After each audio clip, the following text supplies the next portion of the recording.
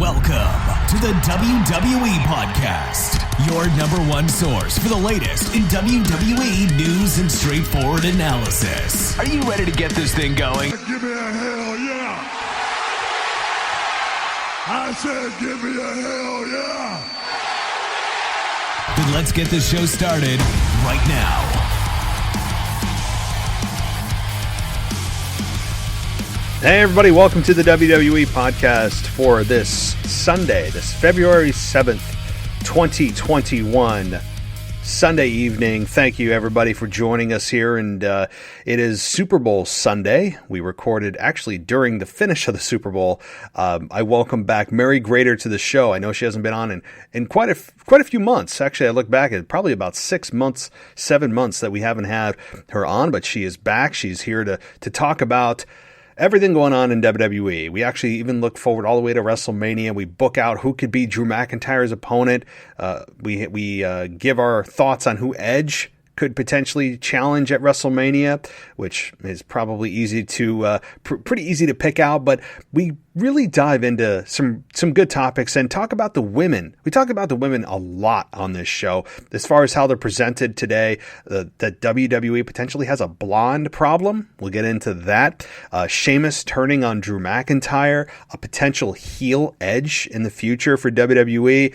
Really, we dove all over the place, and as you'd expect, we don't cover every little thing, right? So I should probably call this the partial weekend review, because we don't touch on everything. It's just impossible unless we have like an 8-hour show, which I can't do. Okay, but we do definitely go into all the important things, all the big things, right? Like, we didn't miss any big things, I don't think. So are we going to talk about the Alpha Academy? The answer is no, but we talk about Goldberg a little bit. We talk about, of course, Alexa Bliss, Charlotte Flair. We talk about Kevin Owens and talk about Roman Reigns. There's a whole lot of stuff. She even gives her a quick little recap of the Royal Rumble that I know was a week ago, but since we haven't spoken in a while, we got her thoughts on that as well. So thank you guys again for joining us. We're about to dive into Mary Grater and myself for about 2 hours of a conversation. So those of you that love the long form, this is another one of them, as Sunday nights tend to be. But we'll be back again Tuesday evening with our Raw review, as we always are every week.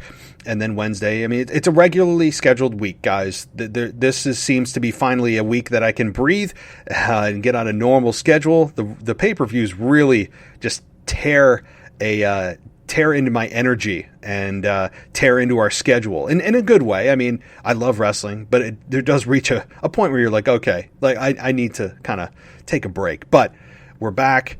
Elimination Chamber is in 2 weeks, I think. 2 weeks from now. So we have time to repair, replenish, and get back on our feet. And again, Super Bowl is over. So if you didn't already know, the Tampa Bay Bucks beat the Chiefs pretty handily and easily and embarrassingly at WrestleMania. Jeez, at Super Bowl 55? Was it 55 or 56? Jeez, I can't even get the numbers right. But Tom Brady once again gets a championship ring. And so that is all I'll say about the NFL, because this is a wrestling podcast. So again, guys, if you want to support the show, quick, easy way to do it, head on over to Apple Podcasts. Give us a 5-star rating and review. I know it helps us out. Maybe I should read some of there are some really bad reviews for this show. and it just comes with the territory. I could care less. I care about our reviews, but when they're really bad, I'm like, I know our show isn't that bad, but people love to hate. And somebody mentioned about our Royal Rumble audio that was bad. And it was for a few hours after I put it up, because I had accidentally crossed audio streams. It got fixed very quickly, but somebody just, instead of looking at the 99% body of work, they took those few hours that a bad audio stream was up. Nonetheless, somebody else had actually said, and go back and look at us on Apple Podcasts, somebody actually said that we talk too much. Well, I have bad news for you, my friend. This is a podcast, so I'm not sure what you want us to do. Do you want us to just start using Morse code and tapping into the mic, and you can pick it up that way? Somebody literally said we talk too much. Okay. So it's like having video and saying, you're on screen too much. No, okay. I don't know what to say, pal. But anyway, if you want to go read those reviews, it's all good. I really am not offended. I could care less. But if you want to help out the show, I do care about that. And if you want to do that, head on over to Apple Podcasts, Google, anywhere that podcast can be reviewed, and give us a 5-star rating. You can also head on over to our website at www.podcast.com and click on the Amazon link if you want to help out the show. What that does is just redirect you to Amazon. If you do any shopping at all in Amazon, which we all do, God almighty, Lord knows half my paycheck goes to Amazon, go to the website and click on the banner first. It's right in the middle of the page. You'll see it. And it just redirects you and tells Amazon that we sent you there. And we get a small kickback of whatever you buy. That's literally it. Last thing, last plug, I promise. Then we're getting to immediately Mary Grater and myself. Is if you want an ad-free experience, you don't want ads, plugs, or anything, head on over to Patreon, patreon.com/the WWE Podcast, or just search the WWE Podcast on Patreon. And for $1, you get the entire library ad-free. Literally. I mean, it's a real thing. Okay, that's enough of that. Guys, thank you again for making this show a success. We're consistently now in the top 50, sometimes top 40s, even top 30s at times of wrestling podcasts on Apple. I'm really proud to say that. And, we're beating out big shows, big shows. We're still aiming for that top 10. It's not easy, but we'll get there. So thank you, everybody. And as always, I'll talk to you next time. Alrighty, guys, welcome to the WWE Podcast. The Week in Review is now here. And no, your ears do not deceive you. I have with me the long-lost Mary Grater, who is back on the show. Mary, it has been too long. How are you doing? What's been going on? And what do you think about wrestling right now? Well, I'm back from the dead with blue hair, and I'm still pretty, guys. Sorry I've been gone for a while. I'm glad to be back. Thank you for having me back. Matt has been very understanding of school is hell, literally. The Buffy the Vampire Slayer cliche still works 25 years later. I've been good. I just finished school. I got my degree, guys. Hooray! Yay. It nearly killed me. But yeah, new year, new start, hoping to put 2020 behind me and get back on the wrestling train as much as I can with what WWE deals out to me. Yeah, no, I hear you. And WWE, I know you've been gone for a while, and over the last several months that you haven't been on the show, I know that you've kept up with it, but it hasn't been, I'd say, the most invigorating or compelling television over the last 4 to 5 months. But right now, as we are officially into WrestleMania season, the Royal Rumble was last weekend. I have to ask, what did you think about the Rumble in general? As far as the men's winner goes and the women's Royal Rumble, what did you think? So it was funny. Last Saturday, I was sitting there, and I completely forgot the Rumble was the next day because I have been keeping tabs, but I did kind of fall off the wrestling train, like you said. It hasn't been the best programming, but there has been, diamonds. And I was sitting there on Saturday night, and I was like, man, the Royal Rumble is my favorite pay-per-view. I think we've discussed this before. I did the Rumble show with you last year, and I was just like, dang, Rumble was so good last year, so good.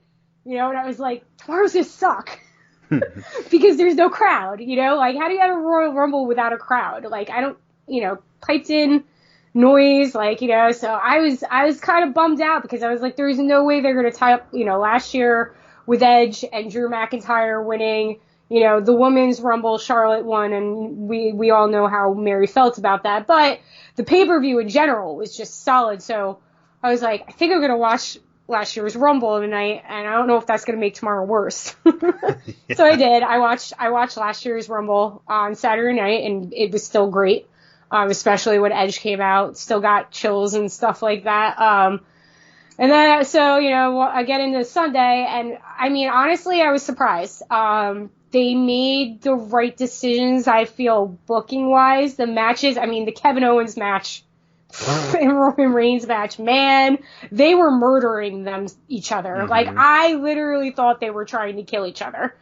The whole match. I was completely consumed. That is the roughest last man standing match I've seen in a long time. Like, it had shades of early 2000s, and I think, that's one of the benefits that they can do right now is that they don't have an audience. They can try things out, and I wish they would try, better things out, not stupid things out, or, doing things that they know that there isn't a crowd there to react badly to, so they're going to do the stupid things that they're going to do. But I think overall the pay-per-view was pretty solid.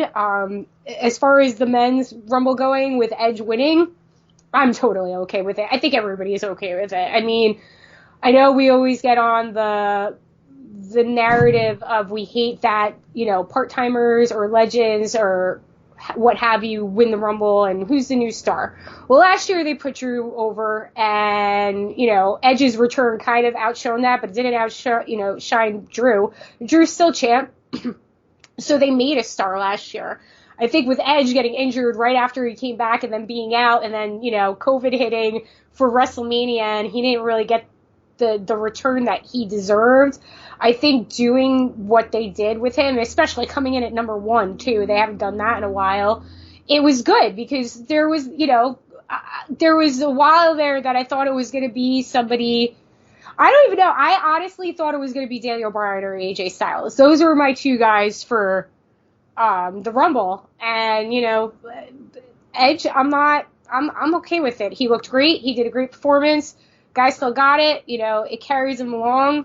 And, obviously they want to give him like a title run or put him in the title picture for one more time. I don't know how much longer he's going to be around. Like, I don't know how fully back, I don't know if he's part-timer. I think he is full-time. I don't know. I mean, again, he got injured right away, right after he signed his contract. So it's kind of still like, I forgot what happened. But I thought that was good. And as far as the women's Rumble, I mean, man, like, Bianca had to win it. I was wrong because I haven't been paying too much attention. I thought Alexa was going to win because of the momentum that she has behind her right now, the pushing of her being in a storyline with Randy Orton, now that Bray is missing, her being with Bray Wyatt, and her just, I mean, I don't know how you feel about the whole Alexa playground where she's basically kind of become Sister Abigail in some weird way. We've been waiting for that female character to come to Bray, but we got Alexa, and I'm still not sure how we got there, but I'm glad that they removed her from Nikki Cross. I don't think it was benefiting either of them, and I thought that because she's been doing like Oscar performances that she was going to win. It made sense. But when Bianca won, man, I was happy. Like, the girl is a star, and everybody's known it the second she walked in. She's massive. She's a beast. She's believable to beating anybody. She's jacked as crap, so I think that their booking as far as the Rumbles went, I thought it was very smart. I was just glad that, Charlotte Flair didn't win the Rumble again, because it was anybody but Charlotte, and there was a little time period during that Rumble that I was like, they're going to do it again. They're going to make her a back-to-back winner. Why are they going to do this? Flair doesn't, deserve it. Need it. Not deserve it. Need it. Excuse me. And I know she's been on Twitter, like, making the argument of her doing, getting everything handed to her. She has a point. I know she busts her ass, and she is very, very superior athlete to everybody, but again, I don't think she needs titles. She's Charlotte Flair. She's already been established as, the bar. So that's how I feel about the 2 Rumbles in general. Yeah, no, and I'm not going to give my full review, as you guys know. I mean, I had my whole show on that, but I just will say about the whole, Kevin Owens and Roman Reigns beating the holy hell out of each other was brutal to watch. Roman Reigns had a big fat bloody lip. I mean, the botch at the end was kind of funny with Paul Heyman not being able to get the handcuffs off, and I mean that was the worst part of it, because it totally just sucked the steam out of it, because it was really good up until that point. And then it was just kind of like the ref's like, all right, well, I gotta walk away. And I'm like, aw, man. Yeah, I know. Like, it just sucked. Like, it should have they should have counted him out. That was why I started screaming. Like, I understand it was a botch, but it was way more than 10 seconds. Like, I mean, you could have counted to 30. I mean, it was. You could have counted to 30, and then, like, if that wasn't what the booking was, the next night you do something on Raw to fix the storyline. How many times have they done that? You know what I mean? How many Rumbles have been undetermined because we couldn't see if the person's foot hit the floor, or there was an audible, like, they could have done something the next night, because that match was great up until that point. It was like, man, what'd you do, I think the referee just got a little gun shy. I mean, it was up to him. If he had counted to 10, that would have been the end of the match. I mean, so the referee just called an audible and just said, what do I do? Weigh my options. I guess we're going to go with what the storyline was originally designed to do, and I'm not going to count. I'm just going to stop counting. It's an awkward situation. I can understand why the ref did what he did. But your point about Alexa Bliss, it's funny. You talk about how you haven't been in tune to wrestling, on a weekly basis, and analyzing it like we have, any podcasters have. And I don't know if this says more about you or me, but I actually picked Alexa Bliss to win the damn thing too. So. Okay. I actually, and the reason, I picked her because Alexa Bliss has been on fire, no pun intended. I know that you haven't mentioned that, with the Fiend being lit on fire 2 months ago, it seems like now, and he's been off TV, but I picked her because of the momentum, and that she has been probably the most improved female star in WWE, arguably character-wise. Yes, Bianca Belair is certainly superior to her in the ring, but from a Raw perspective only, I think she's been the most improved. You could have done a lot with her as champion, and she's the extension of the Fiend when the Fiend's not there. I love the Alexa Bliss character. I picked her to win. I stand by my pick. Obviously, I was wrong, and Bianca Belair is the one that won it. You could have made a case for Rhea Ripley. The finish to that Women's Rumble was probably the best finish to any match at all the entire night. I would argue. Right. It was so good between Rhea Ripley and Bianca Belair. I mean, it was how a Rumble should finish. I was just happy that it was two new people who were the final two. Right.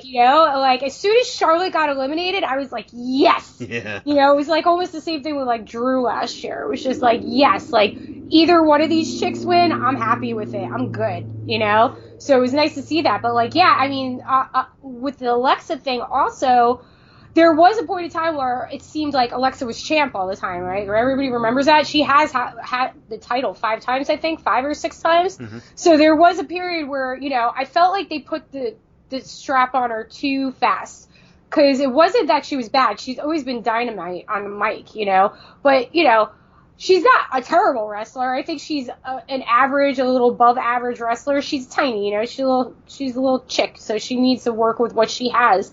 But I've always felt like they put the title on her because they had nobody else who had personality, So they made her a focused champ, and then it felt like to the point, well, Alexa got the title again. It was going between her and Sasha and all this stuff. So I felt also that it was so far removed from that point in her career that it was okay if she won the title again. Do you know what I'm saying? Mm-hmm. It breathed long enough. That's where their problem is with Flair. They don't let it breathe. Charlotte Flair is not going to die if she doesn't have a title, And Alexa, it felt at one point she was having the title all the time. So yeah. I felt like it was long enough, and like you said, on fire. She is the top female, I think, in the division. I'm not basing this on wrestling. I'm basing this on pure talent, acting ability, mic, and being able to go in the ring and not hurt somebody or, carry a match.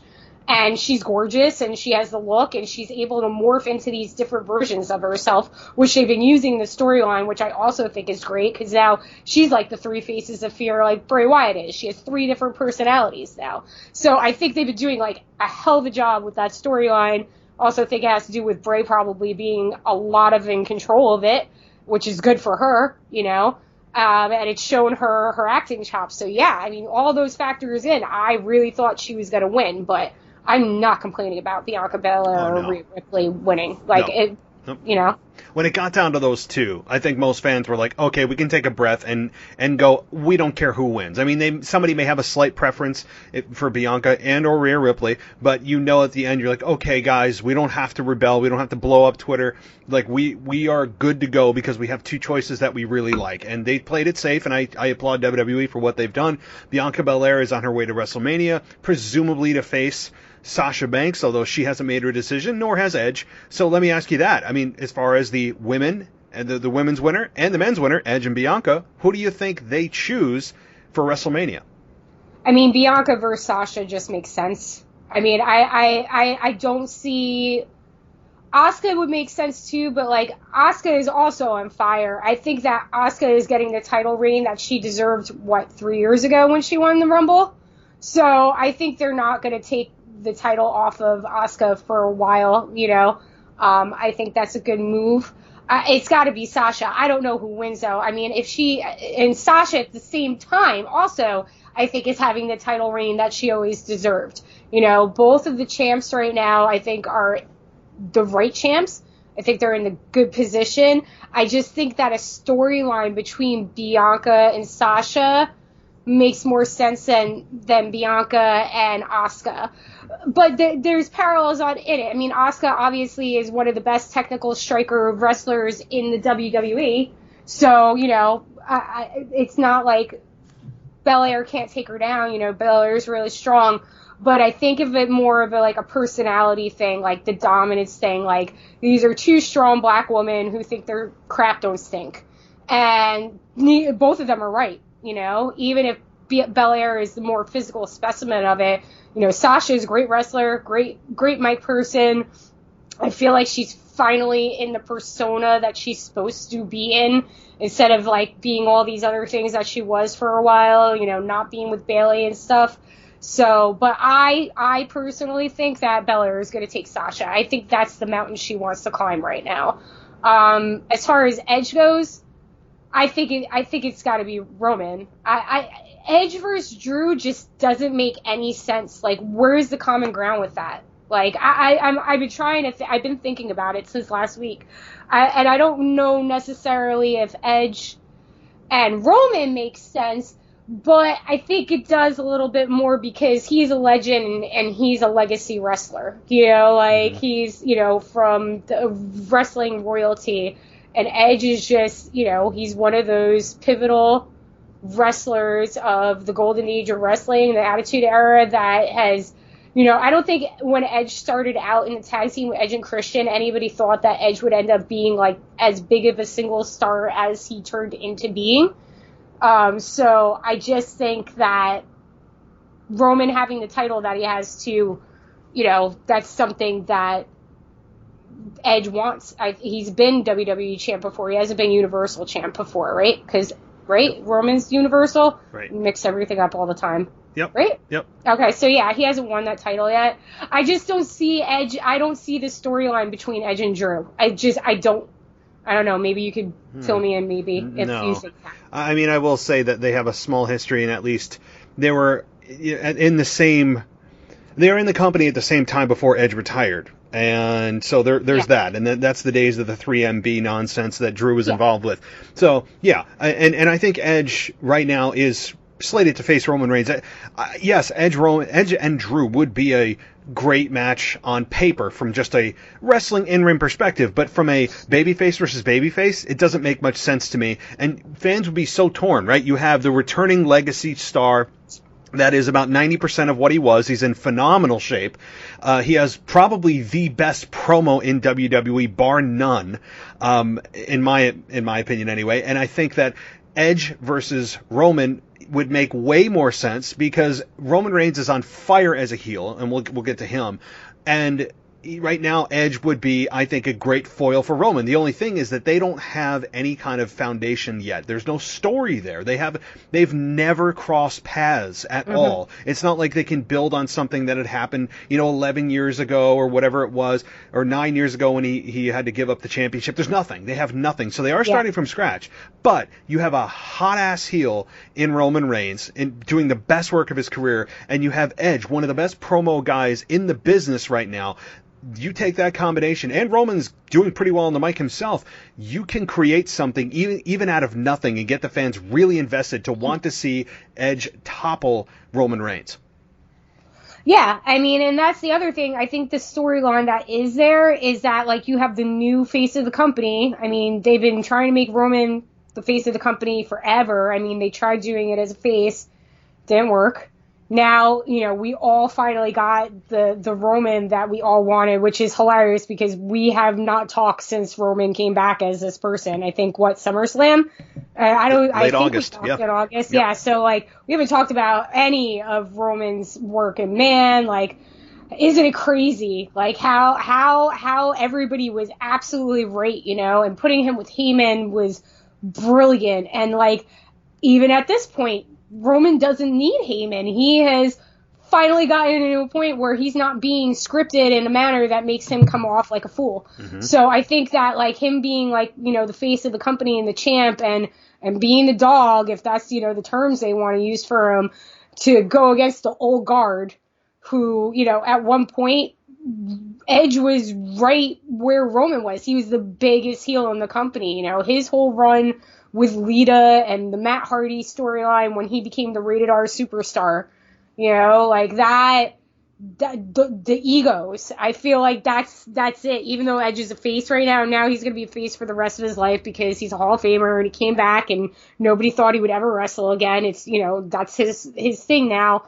I just think it's like the two generations like finally meeting each other and having the right representatives of those generations, because they've done it before, you know, but like Edge is believable. It's not Goldberg or, you know, like some other legend like Shawn Michaels who hasn't wrestled and then like, you know, comes out of retire. Yeah, it makes more sense for me, like the way I'm looking at it.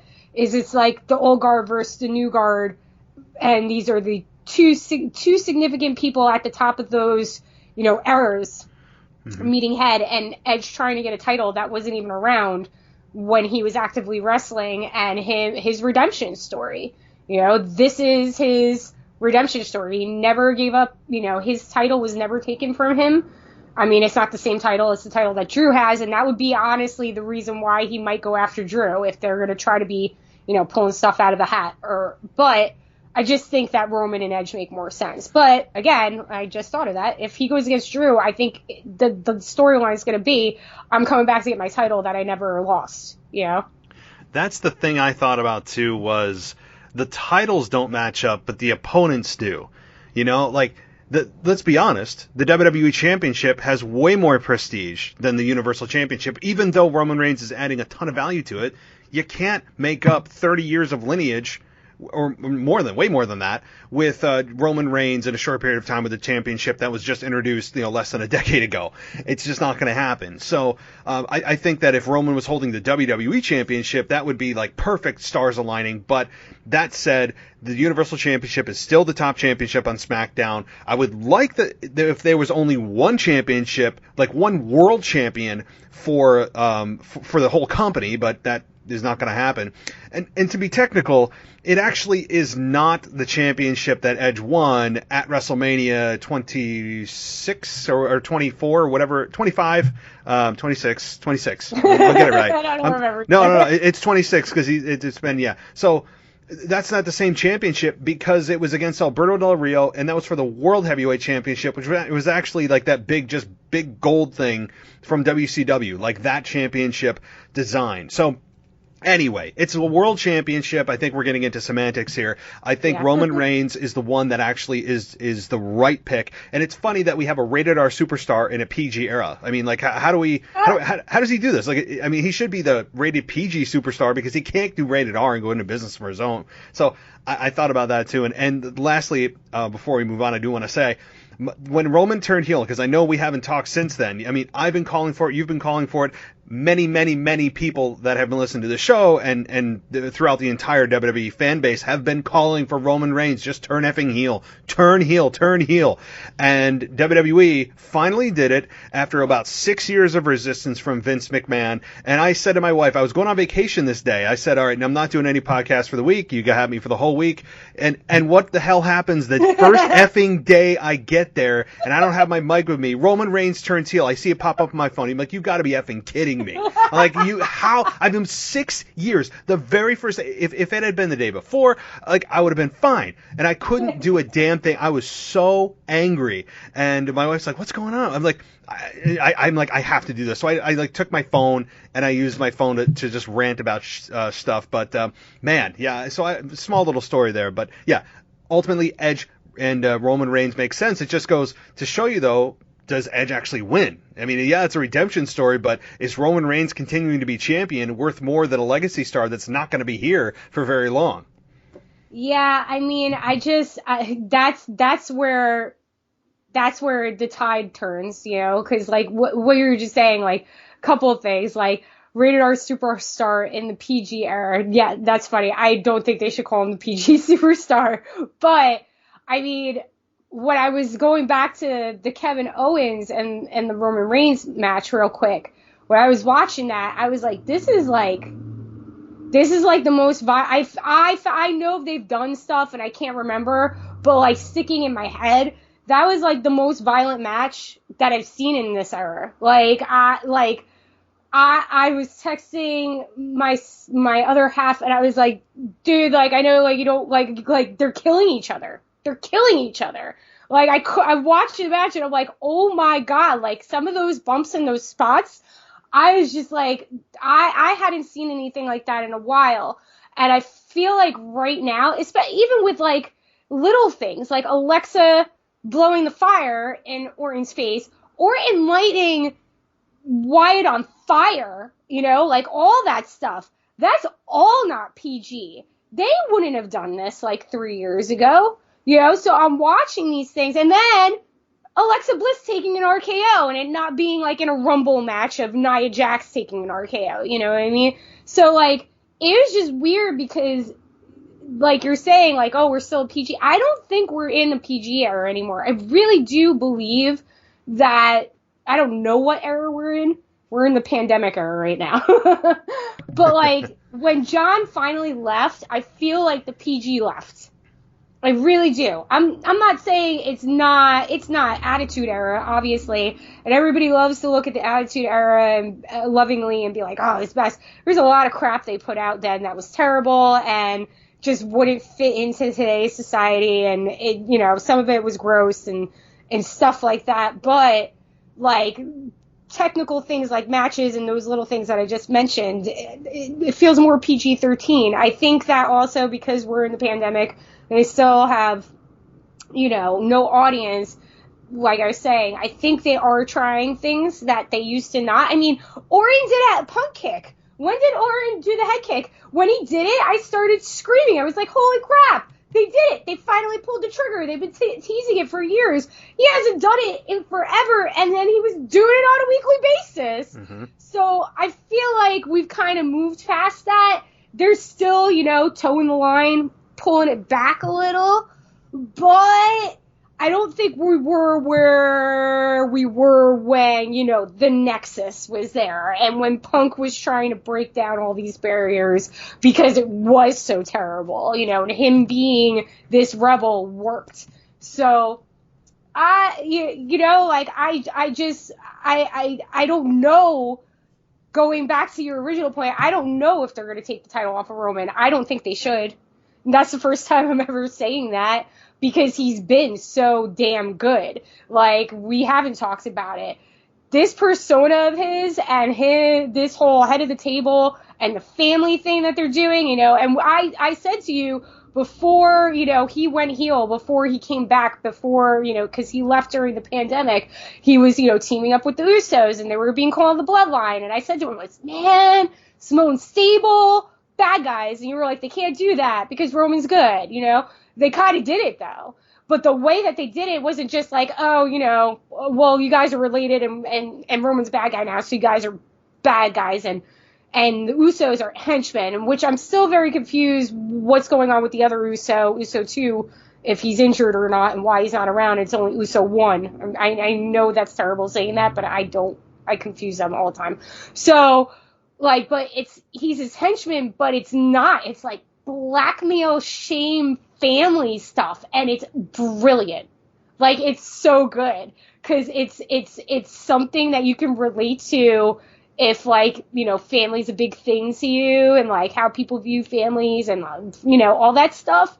It's brilliant. Like, and like even like Heyman saying that he's not his advocate, he's his advisor, his counsel. Like, even Heyman just changing himself a little more just to be what, you know, Roman needs and not be the same thing that he was for Brock Lesnar, now that Lesnar is gone. And thank God they put Paul with him because Lesnar is gone. We wouldn't have had Paul because for some reason they won't let Paul on TV or do stuff, you know, like with making stables like he used to. Even though he's doing Talking Smack now, I've seen, which I need to start watching, and I'm sure he's a great replacement for Daniel Bryan and Renee. You know, so there's a lot of moving factors. Honestly, I wouldn't take the title off of Roman. I think that Edge is going to lose, but I think it's going to ignite the fire underneath him, and it's not like he's going to be out, you know, up for the count. I think Roman's just going to, you know, roll through him and Roman's going to keep his title reign going for a while, because I don't think Edge is the person that's going to dethrone him. Maybe Edge turns around and goes after Drew. I mean, he hasn't been put, like, is he on SmackDown? Is he on Raw? Do we know that yet?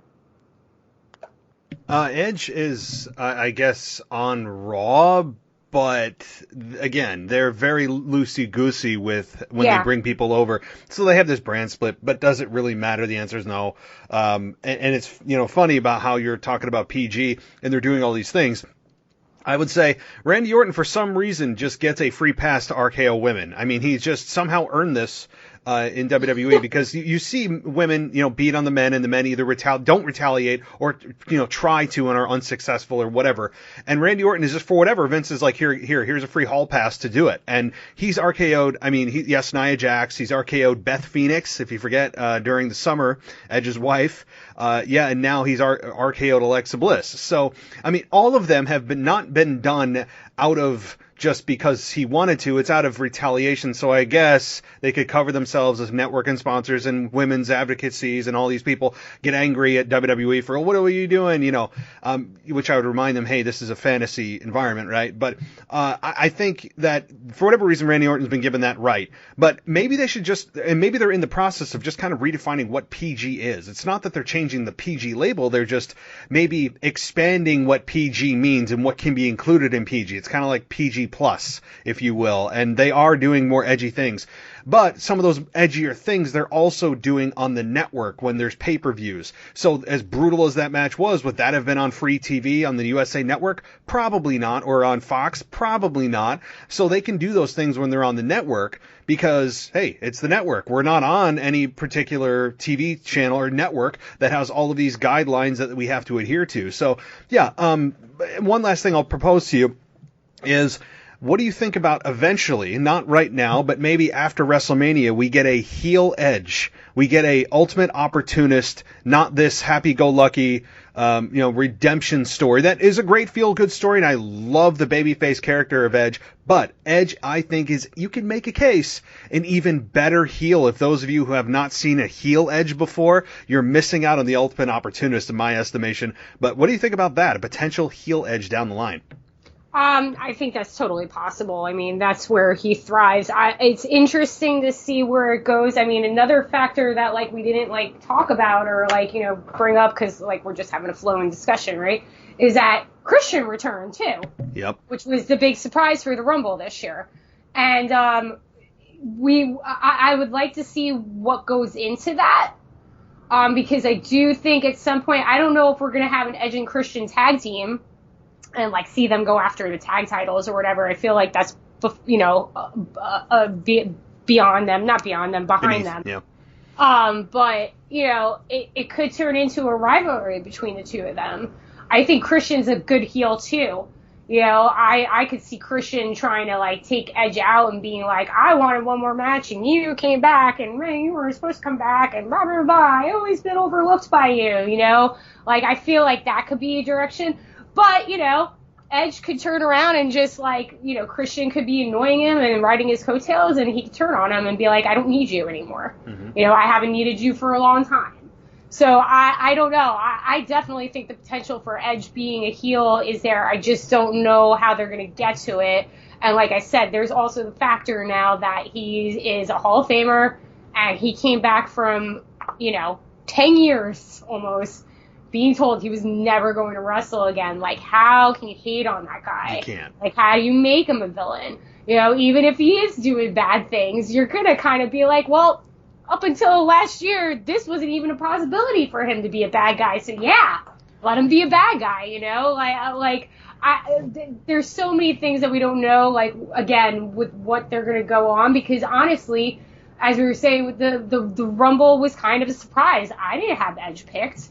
He was in last year. I knew he was going to win last year. I knew he was going to be in the Final Four, but I was happily surprised, so I don't know what the plans are. Everything right now in WWE seems like they're kind of shooting from the hip more than they normally do because of the situation that they're in and the limited people that they can have wrestle or how many people they could have in the building and all this stuff, so it could happen. I'm not saying it's not going to happen. I just don't know how we'll get there and when it's going to happen. But if he's going up against Reigns, he's obviously going to be the bona fide babyface. Oh, yeah, no doubt. I mean, I'm talking down the line. At least sometime during this second run, I would like to see Edge turn heel. Once he feels that the fans have gotten their fill of the babyface Edge and they've gotten the redemption story, maybe he becomes champion for a little while. And then after that fill, they get the nice turn to the heel Edge, which I'm a huge fan of the heel Edge. He cuts such nasty, fiery promos. He is one of the, I heard like a bang upstairs. He is one of the most fierce competitors when he's a heel. I am a huge fan of it. But again, yeah, Christian coming back, and we didn't even talk about that. Christian coming back, to me, I was such a Christian fan. I didn't expect that either. They kept that very well under wraps. They kept the Edge return last year so good under wraps. One of the best moments that I've ever seen in wrestling in the last 15 years was last Royal Rumble. And like you said, it still gives you chills. It still gives me chills. And if you're having a bad day, it does make you feel better just watching that clip, being number 21 last year. So, I mean, just his face alone, him, what the pop was amazing. The music's amazing. He has great entrance music. You know, he comes out and you're waiting for him to do his shtick, right? And they always do the behind the scenes in the documentaries about when they go out to WrestleMania, they really just try to take it in that they're there, and sometimes they forget about it because of all the hype. Once he got past that first part of smoke and he got to the aisle, he just stopped, and his face, he looked like he was going to burst into tears at any second. And that was real.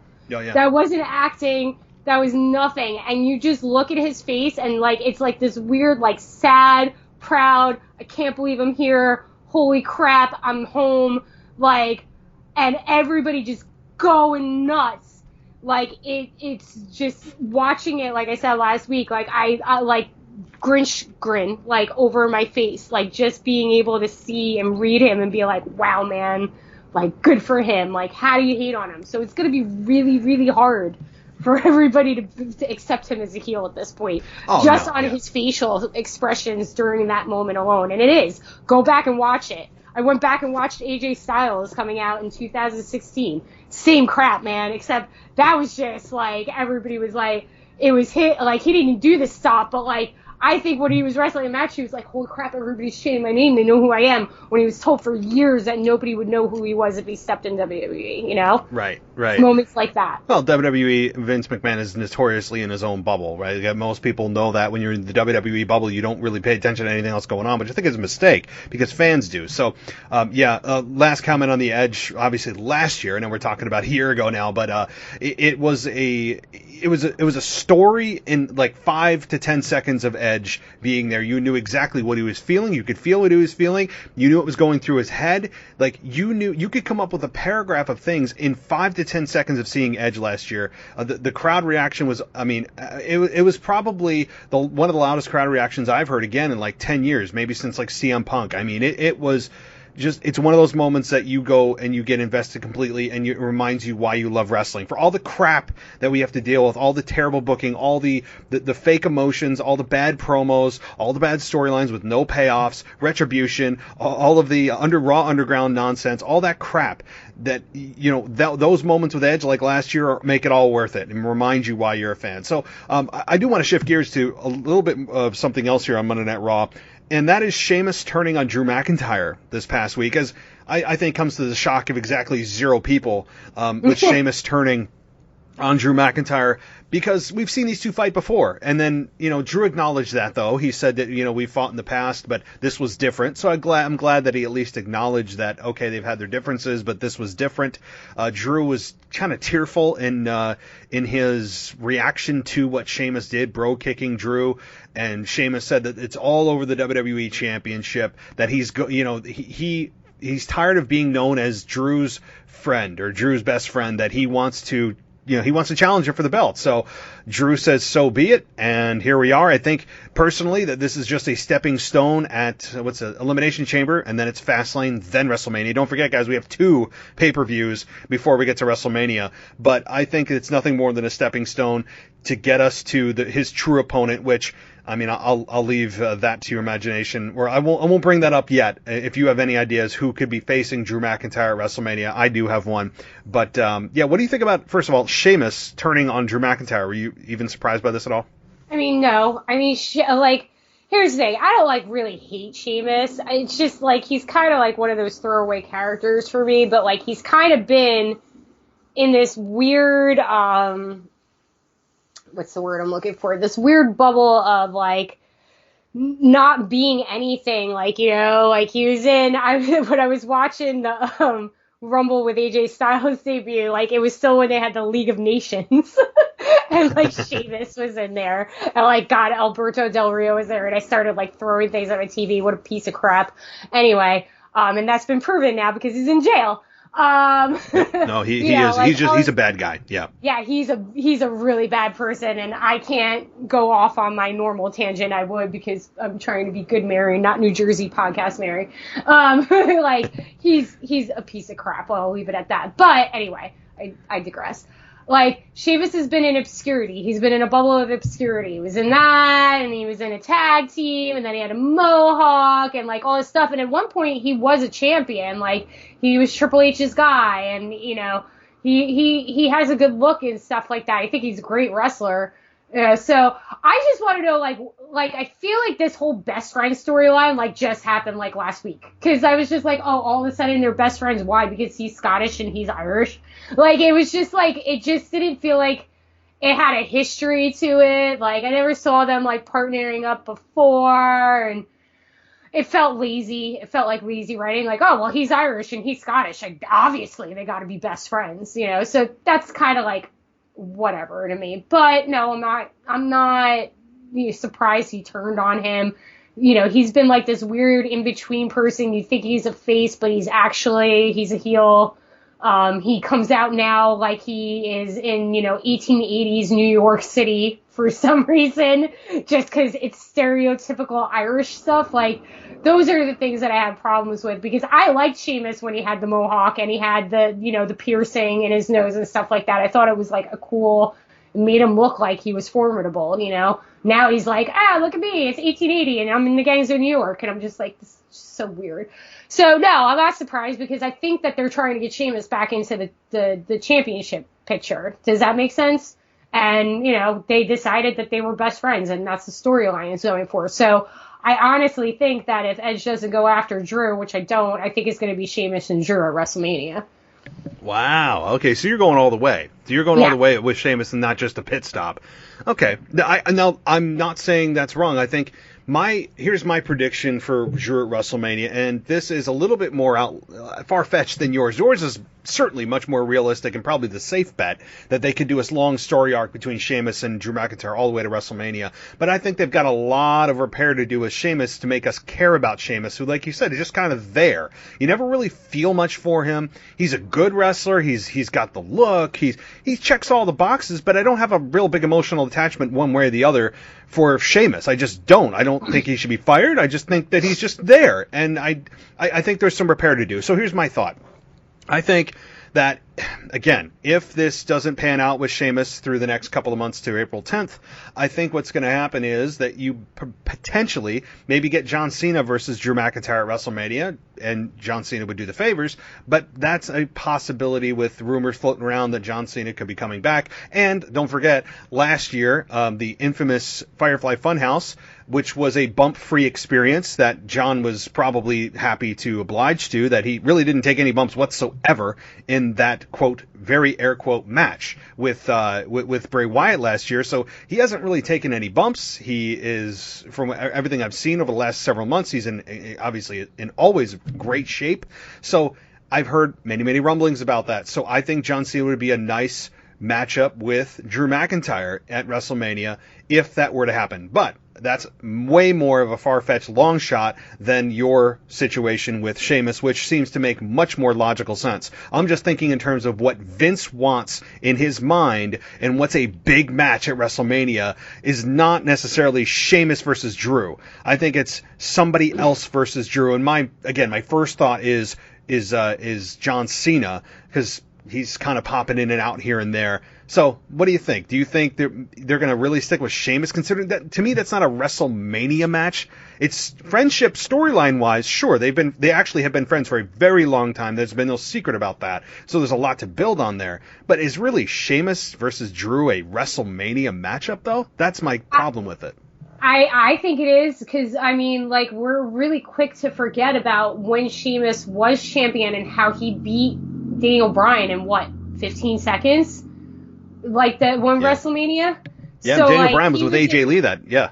Yeah, I mean, and, like, he was the champ. And that was the match, you know? So, I do think that Sheamus is, you know, a champion. He can be a champion. He just hasn't been in the title picture in so long that, like, I think everybody's forgetting about that whole time when he was with Daniel Bryan. That was the running joke, and that Daniel Bryan was going to have, you know what I mean? So Sheamus has been in, like, situations where he's been champion, and it's been kind of minuscule also. That shouldn't have been a WrestleMania match. He beat Daniel Bryan. I mean, Daniel Bryan was the butt of the joke at the time, and that would never happen now. But, like, a 15-second, 30-second match for, you know, the WWE champion, I don't think that it is that far-fetched. And they do have, I mean, they love quick booking stuff. I think they have enough time between now and WrestleMania to make it actually, like, feel like a big match. Also, you know, they're two big guys.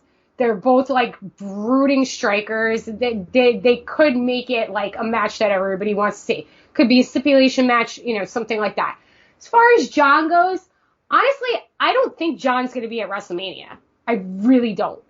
And the only reason I say that is not that he wouldn't do the favor for the company or anything like that. Like, I'm not saying if he did, he's going to put Drew over. I don't think he's getting a title or anything. John is very busy right now. Like, almost to the point he's getting to Rock busy. Like, you know, Suicide Squad is coming out. He has a main role in that. He's going to be the Peacemaker. That's, like, probably going to be his breakout role if the reboot of Suicide Squad ends up being much better than the original. Just so you guys know, the original is terrible. And James Gunn is doing it. I'm getting into my Marvel geekiness right now. And, like, apparently, I don't know if you knew this, James Gunn, who's doing the new Suicide Squad, in quarantine, wrote a series for John Cena as the Peacemaker for HBO. So, he's got this thing going on with Mountain Dew right now during the Super Bowl. He's doing a lot of things that are getting way into acting, and he's getting super big. If John's at WrestleMania, I think it's a package deal, like a video thing. I really don't think that John's going to be competing in a match this year. I don't. I just don't see that happening. Do I see John coming back at some point and being part-time and, like, going for another title run? Absolutely. Just not now. I just don't think it's happening right now. He is becoming bigger and bigger every day, becoming a mainstream star like The Rock, and he's getting up there, and, you know, he's now got a superhero movie, and The Rock has had was doing a superhero movie. I mean, The Rock has been big forever now, but, like, once you hit that status, I think it's going to be really hard. I mean, I know he lives in Florida and that's where it's going to be and stuff like that, but I honestly, John hasn't even been a blip on my radar because I've been following his career outside of WWE right now, and I just don't think he's going to commit to it. I don't. It just seems like kind of a lazy thing. Like, it's like, oh, we don't have anybody for Drew. Let's put John in front of him. Like, we put Drew in that position because we needed a new guy, you know? So I think that it's definitely going to be within the roster. Who it is, I don't know. Sheamus just makes sense right now because he's been in this storyline with him for a while now. And I feel like they need more people in the title picture. And Sheamus is the guy that's kind of been thrown to the wayside. And I think now they're like, okay, well, we don't have a lot of options. Why don't we try working him back into the title picture? I think he loses. I don't think he's going to beat Drew McIntyre at WrestleMania. I just think that I don't think John's available right now. And I don't think it is that he doesn't want to. I just think he's mad busy.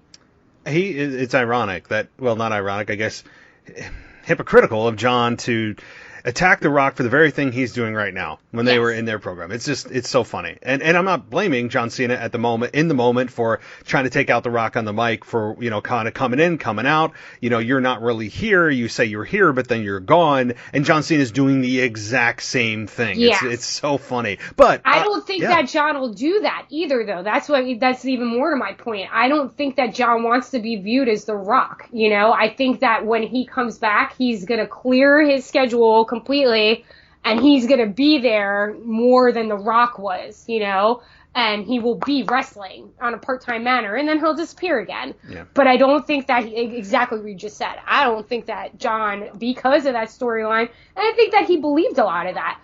John, I think, is way more committed to the WWE than The Rock is, and that's fine. The Rock had a very short career, and people seem to forget that. He was only there for kind of a blip. Yeah. Late 90s, mid 2000s, gone. He was gone. It's 6 years, 7 years. I was reading about him the other day. I was trying to figure out when he left and all that stuff, and then before he came back and how long and stuff. It was only a 7-year period that the Rock was actually there. John's been around forever at this point, and this is the first time that he's actually been gone. He's being gone, but he was still around, and then he went down to part-time, and now he's gone. He hasn't been, when was the last time John was on? Was WrestleMania, right? WrestleMania 36 last year. Yeah. Yeah, last year. So I just I don't see John doing that, I think I see him doing a spot, or doing a promo or something like that, but I don't, maybe a promo against Edge, maybe he says something about Edge because they have a storied history, time, but yeah. I really don't think that John's going to be at WrestleMania this year. And with the pandemic and everything that's going on and protocols and him going on movie sets and stuff like that, it's a risk for him to go, let's be honest. Yeah, it's a risk for him to go to WWE right now with all the tests popping up. And if he's filming and all that stuff, it'd put his movie roles at risk if he ends up getting injured in a match. It's certainly a risk. COVID. Yeah, COVID. General, that he puts everybody on his movie set or his TV set at risk. And, people who are shooting shows and movies right now are being way more strict than the WWE is, there's protocols and things have been delayed and this is something separate that I'm just comparing it to. They just, the last episode of Supernatural just aired. I think it was I don't know. I was crying about it. But anyway, they said that when they went back to film the last 6 episodes because their production was stopped because of COVID, and then the last episode they had this whole thing planned for all these characters from 15 years to be on the show. And they were so strict they couldn't get these characters on the show. So they basically had a skeletal crew of their cast and stuff like that. And the appearances of all these important characters to be in that last show weren't able to do it because the Canadian government, wherever they were filming, Vancouver, wherever, were no, sorry. So they had to arrange their script. So I don't think saying that John's going to take the risk of going to WWE where it's free go in Florida with the pandemic and end up, that affects all these people that he's working with. It's just a risk, man. I just don't think that he's going to do it. The juice may not be worth the squeeze, as they say, for John. It really may not. And I think, like you said, if not this year, certainly maybe a SummerSlam or WrestleMania. That's where John lives now. And that's where John should live, is big-time main events at his level. And I think that, now that he's gone, we appreciate, even those that booed him like I did as a babyface. I thought he was just sickening as a babyface. But I didn't hate him. He was so good at promos, probably maybe arguably the best at promos of all time. That's how good he was. He was so well, okay, top 3. He was so good at promos. Put him in top 10, best of all time. Okay, no, I should say one of, not the. One of. You can make an argument that he's one of. It certainly depends on your style, your flavor, whatever. But I guess my point though is that I don't with the Sheamus storyline. I have no problem with it on a logical basis. I just don't know how they can get it 2 more months and have fans care. Considering that, okay, Elimination Chamber's in a couple of weeks. It's 2 weeks from today. Oh, what are they going to do with Drew McIntyre at Elimination Chamber? Are they going to have him face Sheamus? Okay, there's one match. Fastlane, there's match number 2. And fans are going to really care in 2 months about Sheamus versus Drew. Fans can't stand a match or a program lasting more than a month. And they're like, guys, we need to move on. I'm tired of this. Can we please move on to something else? And I just don't see 2 months with possibly 2 matches or more underneath their belts and fighting on a weekly basis that fans are going to care about the final match at WrestleMania when we get to 2 months from now. That's my big problem. Like, the storyline makes sense. I just think we're too far out, and fans' attention spans are too short, and they're going to be calling for the head of Sheamus and creative if they try to get this out for another 2 months. I just don't see it. I see your point, but, like, didn't they kind of just do that with Kevin Owens? Like, wasn't that a quick storyline? Yeah, but it's not to WrestleMania. That's a different animal, right? Like, yeah, they've WrestleMania is a different animal where they've changed things last minute. You really can't finalize WrestleMania until the final pay-per-view before, which is Fastlane, I believe. The Elimination Chamber, and then I think 2 months or a month after that is Elimination or Fastlane, then WrestleMania. So, I just don't believe the length. I mean, but if it's not Sheamus, who has been, even though I know you're saying like 2 months, I mean, he's been in this storyline with Drew though for a while. Like, he's been, with him or partner lines like the last like 2 months, right? So he's established, he's there. Right, but it should make fans even less patient now that they've seen them together for so long. Like, because the thing is, fans knew this was coming. Fans knew that, just don't trust Sheamus. You're waiting for the other shoe to drop. It finally did, literally, on Drew McIntyre's face. And now it's exactly what we thought where we were going to be, that Sheamus was not a true babyface. He can't really get behind him. You were kind of keeping one eye open, so to speak. And here we go. We're right where we thought we were. And I think fans, while they're interested, kind of feel like they want to get through it to see who his true opponent is at WrestleMania. That's how I think most fans feel. Because most fans don't look at Sheamus and go, WrestleMania main events are right there. Great in-ring wrestler, great look, just not WrestleMania main event. And if I'm wrong, great, but I do not think that they will get 2 months worth of fans' patience out of this unless they have some magical miracle storyline to get us through, 9 weeks of television to get us to WrestleMania. I just don't see it happening. And again, I think it's a bigger name, and I don't know who that big name is outside of John Cena. That was my next question. If it's not John and it's not Goldberg? Sheamus, No. who is it? Oh, no. I can't tell you how happy I was when that match ended, and I was like, yes, he lost. Because I was just like, dude, again? Like, we're going to do this again? Yeah. Ugh. He's the worst. He's such a hack. Anyway. No. I know. I don't want to get you ranted on that. I already know what you think. I think everyone knows what your feelings of Goldberg are, and that he lost, and we can all breathe a sigh of relief and move on with our lives. Like, I was thinking about it real quick. Like, I hate Hulk Hogan. Like, I really do. Like, I despise Hulk Hogan. We've had this discussion. I like Goldberg less than Hulk Hogan. Wow. Because at least Hulk Hogan, like, there was a legacy. The reason why I hate on Hogan so much is because I think he's tarnished his legacy. But Hulk Hogan is still Hulk Hogan. Goldberg acts like he's Hulk Hogan. He's not Hulk Hogan. You literally are a streak because you had 2 moves and you couldn't wrestle a match. And the only reason you were worried is because you looked the way you look. And that's it. And he looks great. I mean, he's in amazing shape for his age. But that's all he's ever been. And the only reason he got a streak was because he only did 2 moves, because he couldn't wrestle. Because anytime he's tried to do another wrestling move, he's ended up hurting somebody. He's hurt multiple people in the last 5 years. And, like, I was watching a match, his head was cut open. This is a guy who knocks him out before he goes to the ring. Why? Causes concussions to himself. Why? Because you think it makes you look cool? Like, get out of here. Mm-hmm. Again, like, I hate on Hogan for reasons. And, like, yeah, Hogan had, like, he's John Cena, 3 moves, 5 moves. But it was Hulk Hogan. Like, he revolutionized wrestling. Like, and I'm mad at him because I feel like he's tarnished his legacy with being an idiot. Yeah, with comments and, and stuff, not stepping out of the spotlight. It's not necessarily him, and his character. It's just not knowing when to move on. He's Brett Favre of the WWE. But Goldberg comes out there and he acts like he's Hulk Hogan. He's not, dude. He's a hack. Like he could barely, I think he did go for the jackhammer on Sunday, and he barely could get him up. It's just, that's it. Another Goldberg bashing session. But that's how much I don't like him. I like him less than Hulk Hogan. Because at least there's still a little bit of respect for Hulk Hogan and what he did for the industry. Goldberg is just simply a one-dimensional character that was in the right place at the right time. And he, again, great shape. He's truly a good guy from everything I understand and I've heard. And that's wonderful. Great family man. That's great. But the fact of the matter is he is extremely one-dimensional. He's an entrance. He's an entrance and he is intensity. He's got entrance and intensity. That's it.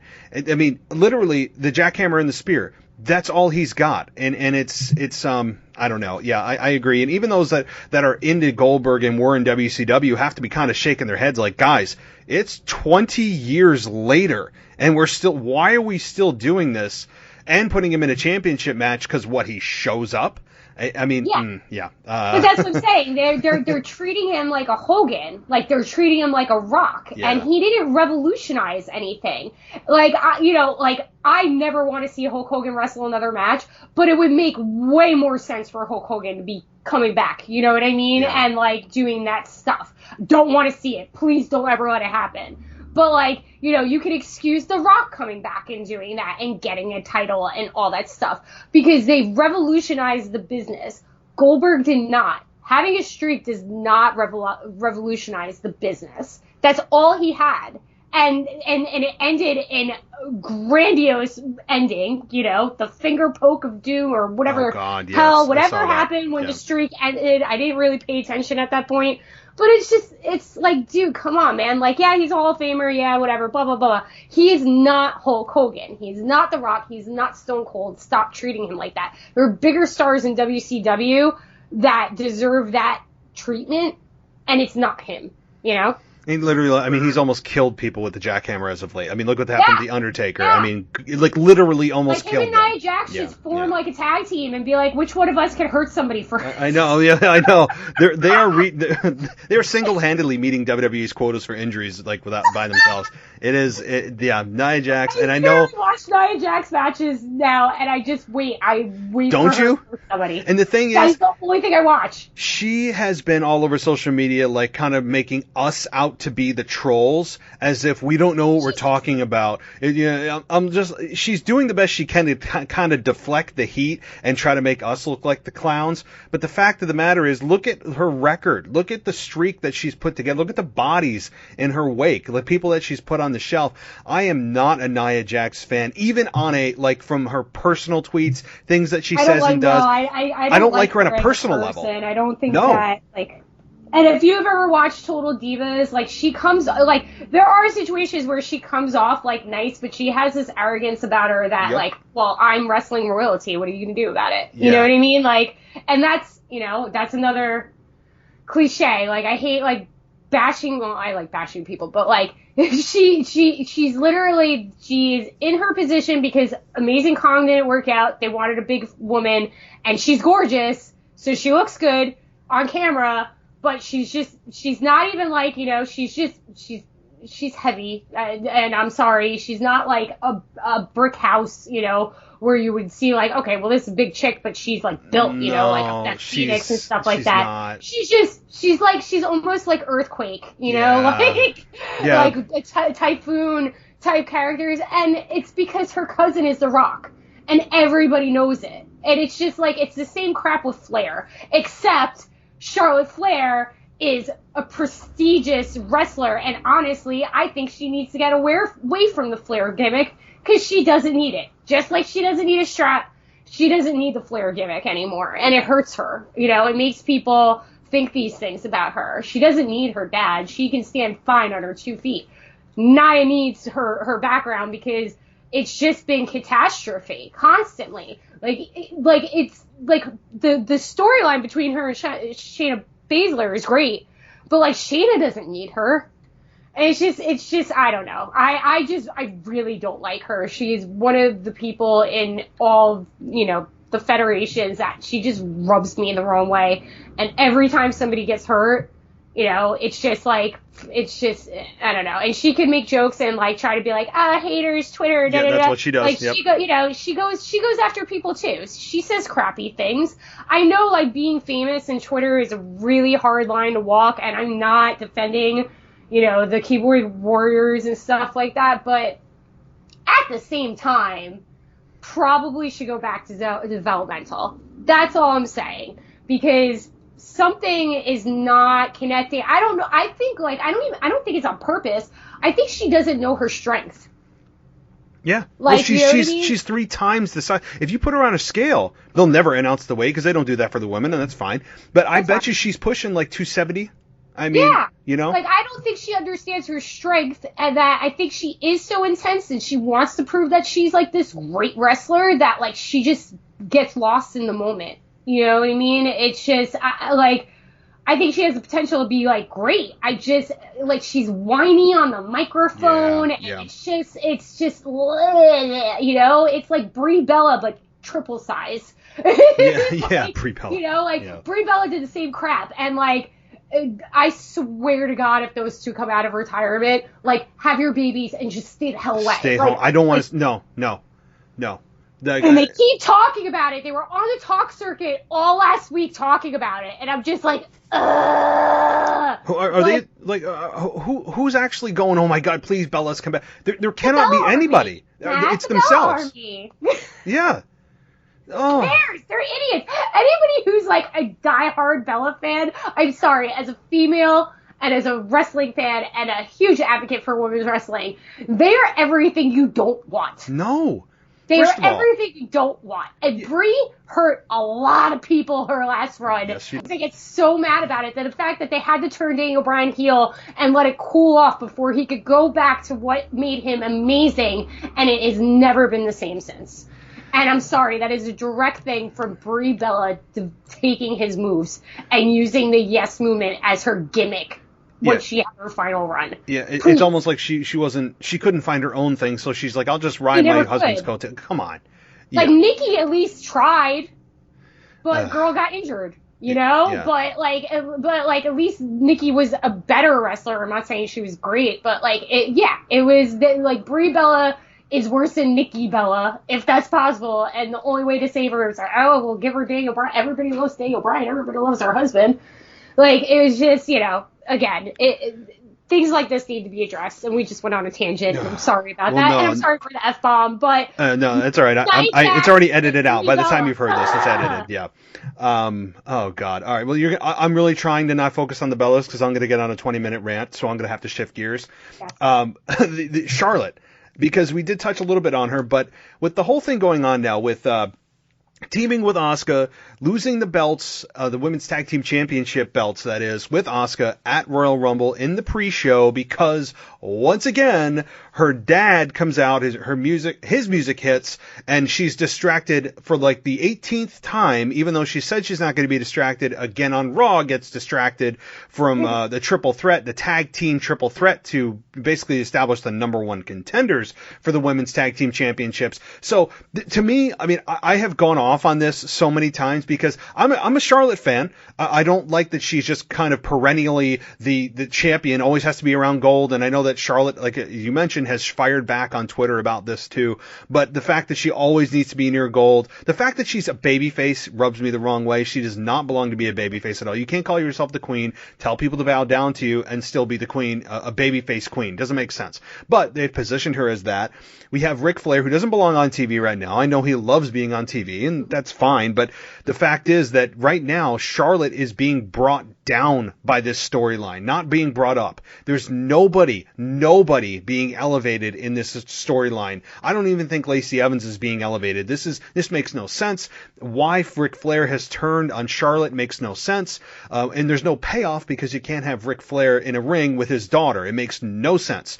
So, okay, you're going to have Lacey Evans versus Charlotte. Great. That sounds like a main event, or like a Sunday Night Heat main event. I mean, it is just makes, to me, it's frustrating, and it makes her look foolish on a weekly basis to be distracted by music when you're in an important championship match, to be distracted again when you know it's coming again, and then it's preposterous, and I cannot stand this storyline. I want Charlotte to get the hell out of it. I want Ric Flair to go home. I want Lacey Evans to kind of just kind of be relegated to the mid card now, do her Southern Belle thing and just kind of like just sit in the mid card. I don't want anything to do with this combination, and just have the inevitable happen, which we all know is going to be Charlotte versus Asuka for the Raw Women's Championship at WrestleMania. I think that sounds like a pretty good foregone conclusion. Yeah, well, real quick, just to interrupt our broadcasting, Tom Brady has won his 7th ring, just so everybody wants to know. Breaking news, yes. Breaking news. What was the final score? 31-9. Yikes. He got blown out. Yikes. Feel bad for Mahomes. But he's right. The GOAT, man. Hate him, but he's the GOAT. People hate him, but he is. He's the GOAT. I will never deny he's the best quarterback that ever lived and ever probably will live, but still hate him. Yep. And the Giants beat him twice. Yeah, baby. Yeah, every time we've gone to every time I almost said WrestleMania. Every time we've gone to the Super Bowl. Yep, that's true. So, anyway, I digress. At this point, okay, so the whole Flair thing is like, when Charlotte debuted, she didn't have Flair as her last name. Then they felt that they needed to put Flair on it, even though everybody knew it was Ric Flair's daughter. We've established that she's Ric Flair's daughter. This whole storyline is completely unnecessary. It is, what does creative have for you? They have nothing for Charlotte because they've already overbooked her to the point, what else is she going to accomplish? Like, that's what I'm saying with the titles, like, and being near gold. She is a phenomenal athlete, wrestler. You're right, shouldn't be a babyface. She is a great heel to the point that you want to stab her in the face. She doesn't need all this hoopla around her. Do I want to see a Lacey Evans-Charlotte match? Yeah, actually I do, because I criticized Lacey a lot in the past, but she has gotten exponentially better in the ring. And she's turning into a very solid wrestler, and the two of them matching up, standing up to each other, it works. Charlotte is the biggest chick, tallest wise in the division. She towers over everybody unless you get like Rhea Ripley in there next to her. Lacey Evans is built like a brick crap house. I'm censoring myself. That girl is thick, man, and is believable. The two of them having an actual wrestling match, I don't need anything else. You know, like Lacey being like, I want to take you down. You're the queen. I want to take you down. That's it. Why are you going to have an 80? How old is Flair? 80? He's mid-70s. Mid-70s? Why do you have a mid-70s storyline when you don't do these storylines in general anymore of like an old man and a young chick wrestler having an affair? Like, why? Because Flair was a womanizer? He's also 77 at this point. It makes absolutely no sense. Okay? Unless, like, it comes out where Lacey's a gold digger. But everybody knows that Lacey's married. Everybody knows that Lacey has a daughter. They say it all the time because she's a Marine. They advertise it all the time. So I don't, like, it just absolutely makes no sense that, like, oh, in order for us to have a Lacey and a Charlotte match, we have to insert Ric Flair in this weird way that makes no sense. And two, Ric Flair coming out with Charlotte should have stopped, like, 3 years ago. We know. And they've already had these, like, contentious things between Flair and Flair, where she's like, I don't need you, and blah, blah, blah, and stop coming. This has happened before. This is not the first time where she was like, stay out of the ring. She has embarrassed, this storyline has done before. The only difference right now is that Lacey is in it.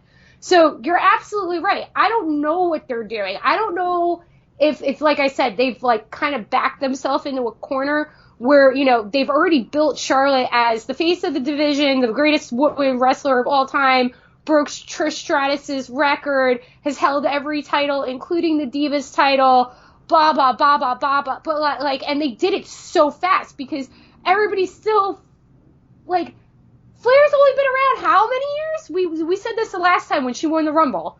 What? Like 5 years? Yeah. 6 years? She has not been around that long. I know it seems longer, like, in the grand scheme of things, like, time is just so weird. But, like, I feel like they just, like, they don't know what to do with her. They literally don't know what to do with her unless she's getting another title shot and establishing herself as the greatest of all time. So if they're not doing that, then they need to find other stuff for her to do. You know? And there was a time right before the Rumble, I think, that she was kind of mediocre. She didn't have a title. She was just kind of doing matches. And it was okay, you know? It wasn't like I was like, oh, what the hell happened to Charlotte Flair? I don't know what they're doing with her, to be quite honest with you. Again, I don't hate the match. I just don't like all the elements revolving around it because I don't think that, they need it. It's kind of like the same thing with Bianca and Sasha. If they're going to do that, they don't really need like a storyline behind it. It's that Sasha, she thinks she's the best and she's the boss and she's the blueprint. And no, Bianca Belair is the EST of WWE. You don't need all these other elements. Bianca Belair wants to prove she's better than Charlotte. Sasha. That's it. That's all you need. That's why NXT always works, because they do simple storylines like that. The bells that they add and the whistles are usually funny and well written and not like just crap being recycled. And that's what this kind of feels like. I don't know why they seem like they feel it's, the same thing that Flair doesn't need gold or winning a Rumble, or, especially against like somebody when it should have been Rhea Ripley or Shayna Baszler last year coming out of it, she doesn't need it. So she doesn't need her father. She's already established herself as from her father. Her father is the greatest wrestler of all time. Yeah, but technically Charlotte's a better wrestler than Ric Flair ever was. So I don't know. That's my thoughts about it. There's really, again, I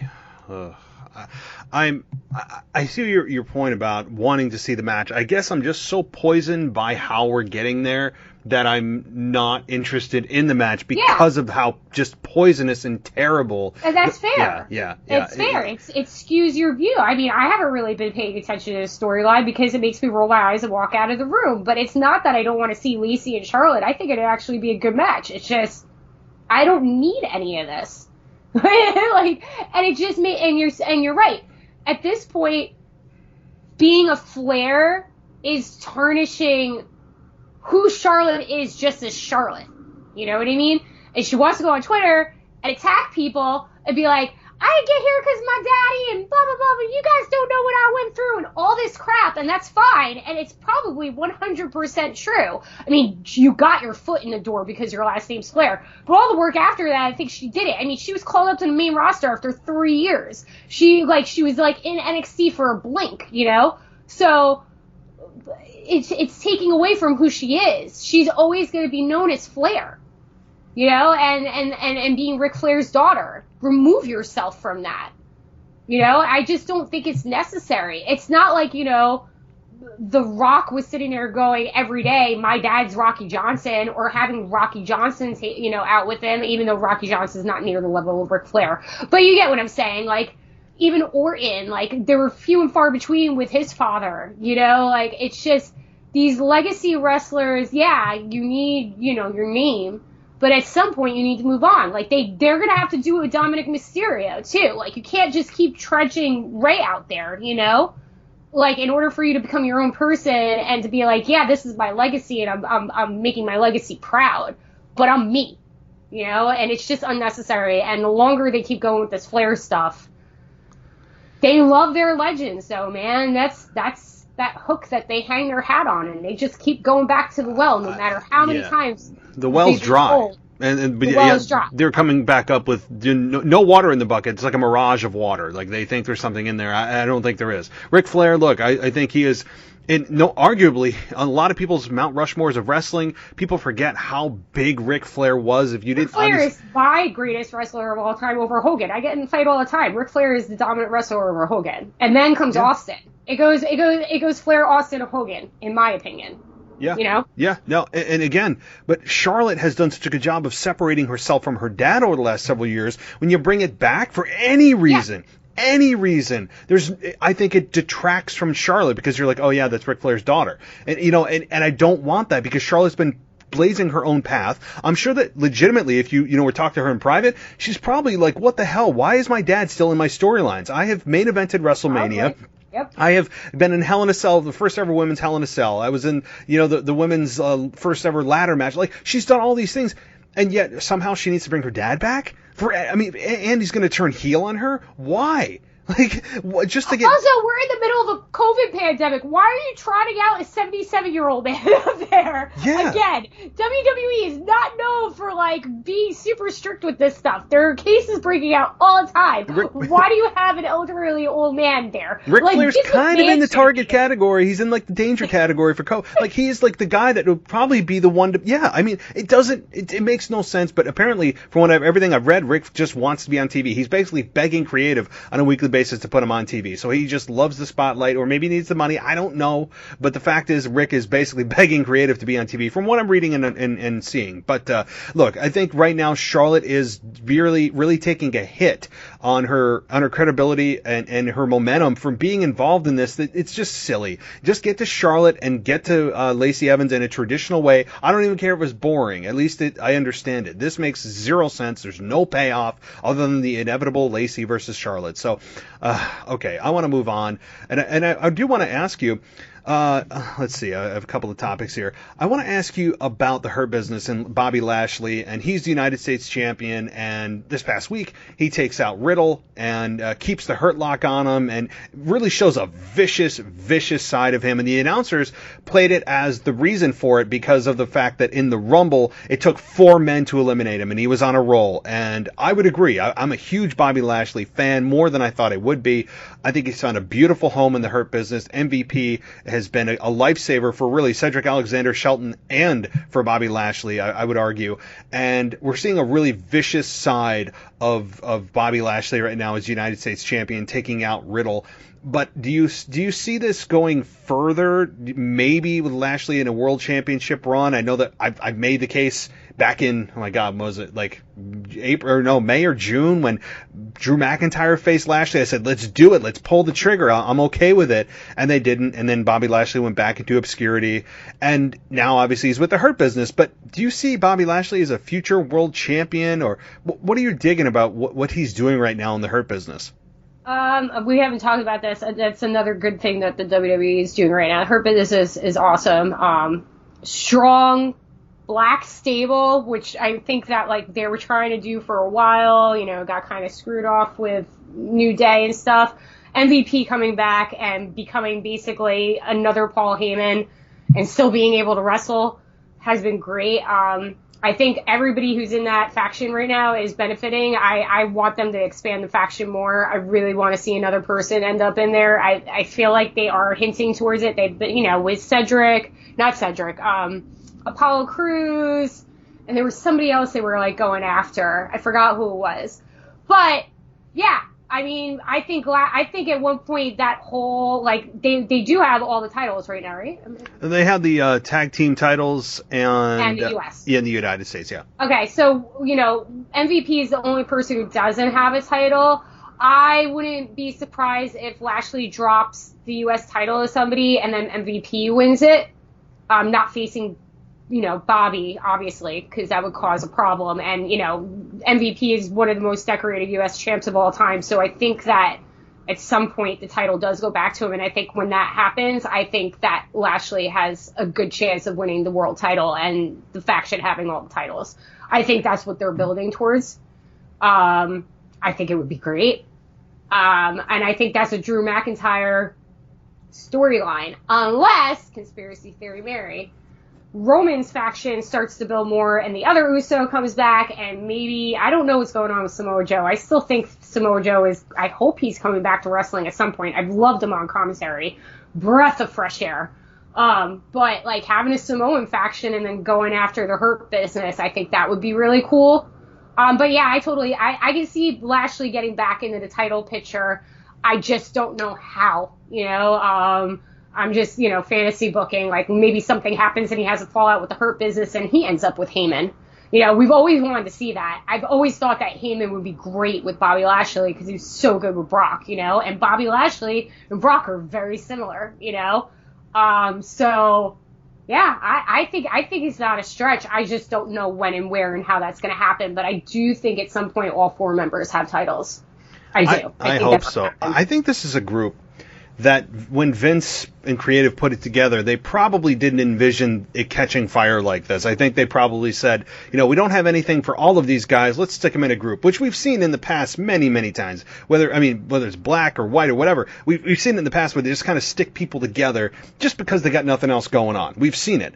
And I was concerned when they got together because, again, history does not help them with what Vince has done in the past with people that have nothing going on, and then they get stuck in storylines that are just really low mid-card. But this right now, I think, again, MVP I got to give the most credit to because he is the mouthpiece of this entire group and has really been the glue. I am a huge MVP fan. Cedric joining was great, young talent. Shelton is, he's like mid-upper 40s, and he's still in great shape. Yeah, veteran, you got a great mix. Bobby Lashley still in his prime, although kind of on the back end, but in stupid good shape. And MVP with the mouth being the speaking for the group. And I think there's more. Like you said, they have championships. Yes, he's the United States champion. I think that's a great first step. I'm fine if he's United States champion through WrestleMania and maybe even beyond. But I would like in 2021 for Bobby Lashley to get a run with a big championship. See how it goes. Drew McIntyre has been champion for quite some time. And we've had our chance outside of 3 weeks that we're all supposed to forget about, that Randy Orton beat Drew McIntyre at Hell in a Cell, that they just, again, everyone's conveniently forgetting that. Other than that, Drew McIntyre has been champion since last year's WrestleMania. So the fans have had a nice run. Again, I know it's not in person, but they've had a nice run with Drew McIntyre as champion. It was very successful. It felt right. And now I think it's time to drop it to maybe Bobby Lashley. Maybe Bobby Lashley is the guy that steps up and faces Drew McIntyre at WrestleMania. Again, I know it sounds crazy, and maybe it's, again, another far-fetched idea, but perhaps Bobby Lashley at WrestleMania or even after gets involved in a world championship match. I think that, again, MVP could be a brilliant matchup. Paul Heyman obviously is busy with Roman Reigns, and I think he should stay there. But Bobby Lashley does need a mouthpiece. Bobby Lashley is not great on the mic. He has done really, outside of very short one-liners and things, he has not exactly been A+ on the mic in WWE. It is usually something that backtracks. It's usually something that doesn't help him and do him any favors. So Brock Lesnar has the same thing. Problem. Yep, which is why Paul Heyman and or MVP would be a great match for him. Mm-hmm. Yeah, so I think it's possible. I mean, another thing I just thought of, like, if it does happen at WrestleMania and he's still the U.S. champ, like, maybe he wins the title, maybe he wins the World Championship, and he relinquishes the U.S. title, and he gives it to MVP. Ooh, yeah. And that causes, like, a huge controversy, because they made a big deal, what was it, last week or Monday, or I don't know when it was, but, like, giving, they gave MVP the gold chain that had, his initials on it, or the Hurt Business, or the THB. So, like, they made a big deal that they wanted him to have gold, So that could be an interesting, I'm just pulling stuff out of my butt right now, but I could see that happening, and then that causing, like, a huge problem, and that leading into other storylines with people being like, he's not the U.S. champion, blah, blah, blah, so I could see them doing that, so everybody has gold, because all of them want each other to have gold. I hope so. I think the Hurt Business, they are such, to use your phrase, a breath of fresh air on Monday Night Raw in general. They're not, happy-go-lucky. They're not New Day throwing pancakes. They're not, the Street Profits and doing their wacky commentary. They are a serious stable that has gold. They do exactly what they say. I don't even know why they're positioned as a heel group, to be honest with you, other than just the commentators telling us we're not supposed to like them. What, based on their actions, am I not supposed to like? The fact that they come out there and do exactly what they say they're going to do. The fact that they come out there, whoop ass, and leave. The fact that they don't cheat to win more often than not. They are literally the definition of a babyface group. They do exactly what they say they're going to do. I don't know why we're supposed to dislike them, other than, again, the commentary team telling us that, they're doing underhanded tactics or whatever, all the language they use. But I don't know. I'm a huge fan of the Hurt Business. But moving on, I do have one or two more things, then we'll close things out here. I want to ask you about Bayley and Ruby Riott this past week. And Ruby Riott's been kind of one of those stars that has been, I think in terms of fans' eyes, one of the ones, and her and Liv Morgan, really, the Riot Squad have been misused, mismanaged over the last year or so. And I know that a lot of fans would love to see Ruby Riot and or Liv Morgan in a much more prominent position, even challenging for the women's championship at some point. And Bayley this week gets a victory over Ruby Riot. And I guess I was a little surprised by this because I feel like Ruby Riot was kind of on a bit of a roll. She feels like there's, or at least I felt there was more there. And Billie Kay gets inadvertently involved. MVP of God, I love WWE her right now, though, man. Seriously, I didn't watch Billie Kay for 2 weeks. Not to cut you off, I didn't watch for like a 2-week period or something like that. And I kept seeing on Twitter like all the stuff about Billie Kay. And then I put it on, and I was like, nope, you guys are totally right. She's hilarious. Like, that chick's another girl that they need to figure out what they're doing with her, because she is gold, man. She is hilarious. And like, she hasn't been wrestling, and I still think them breaking up the Iconics was stupid, because both of them are like in limbo right now, and it just didn't make sense. And they were a good tag team. I know they want them to be single stars. I just think the time was wrong. I thought it was very premature.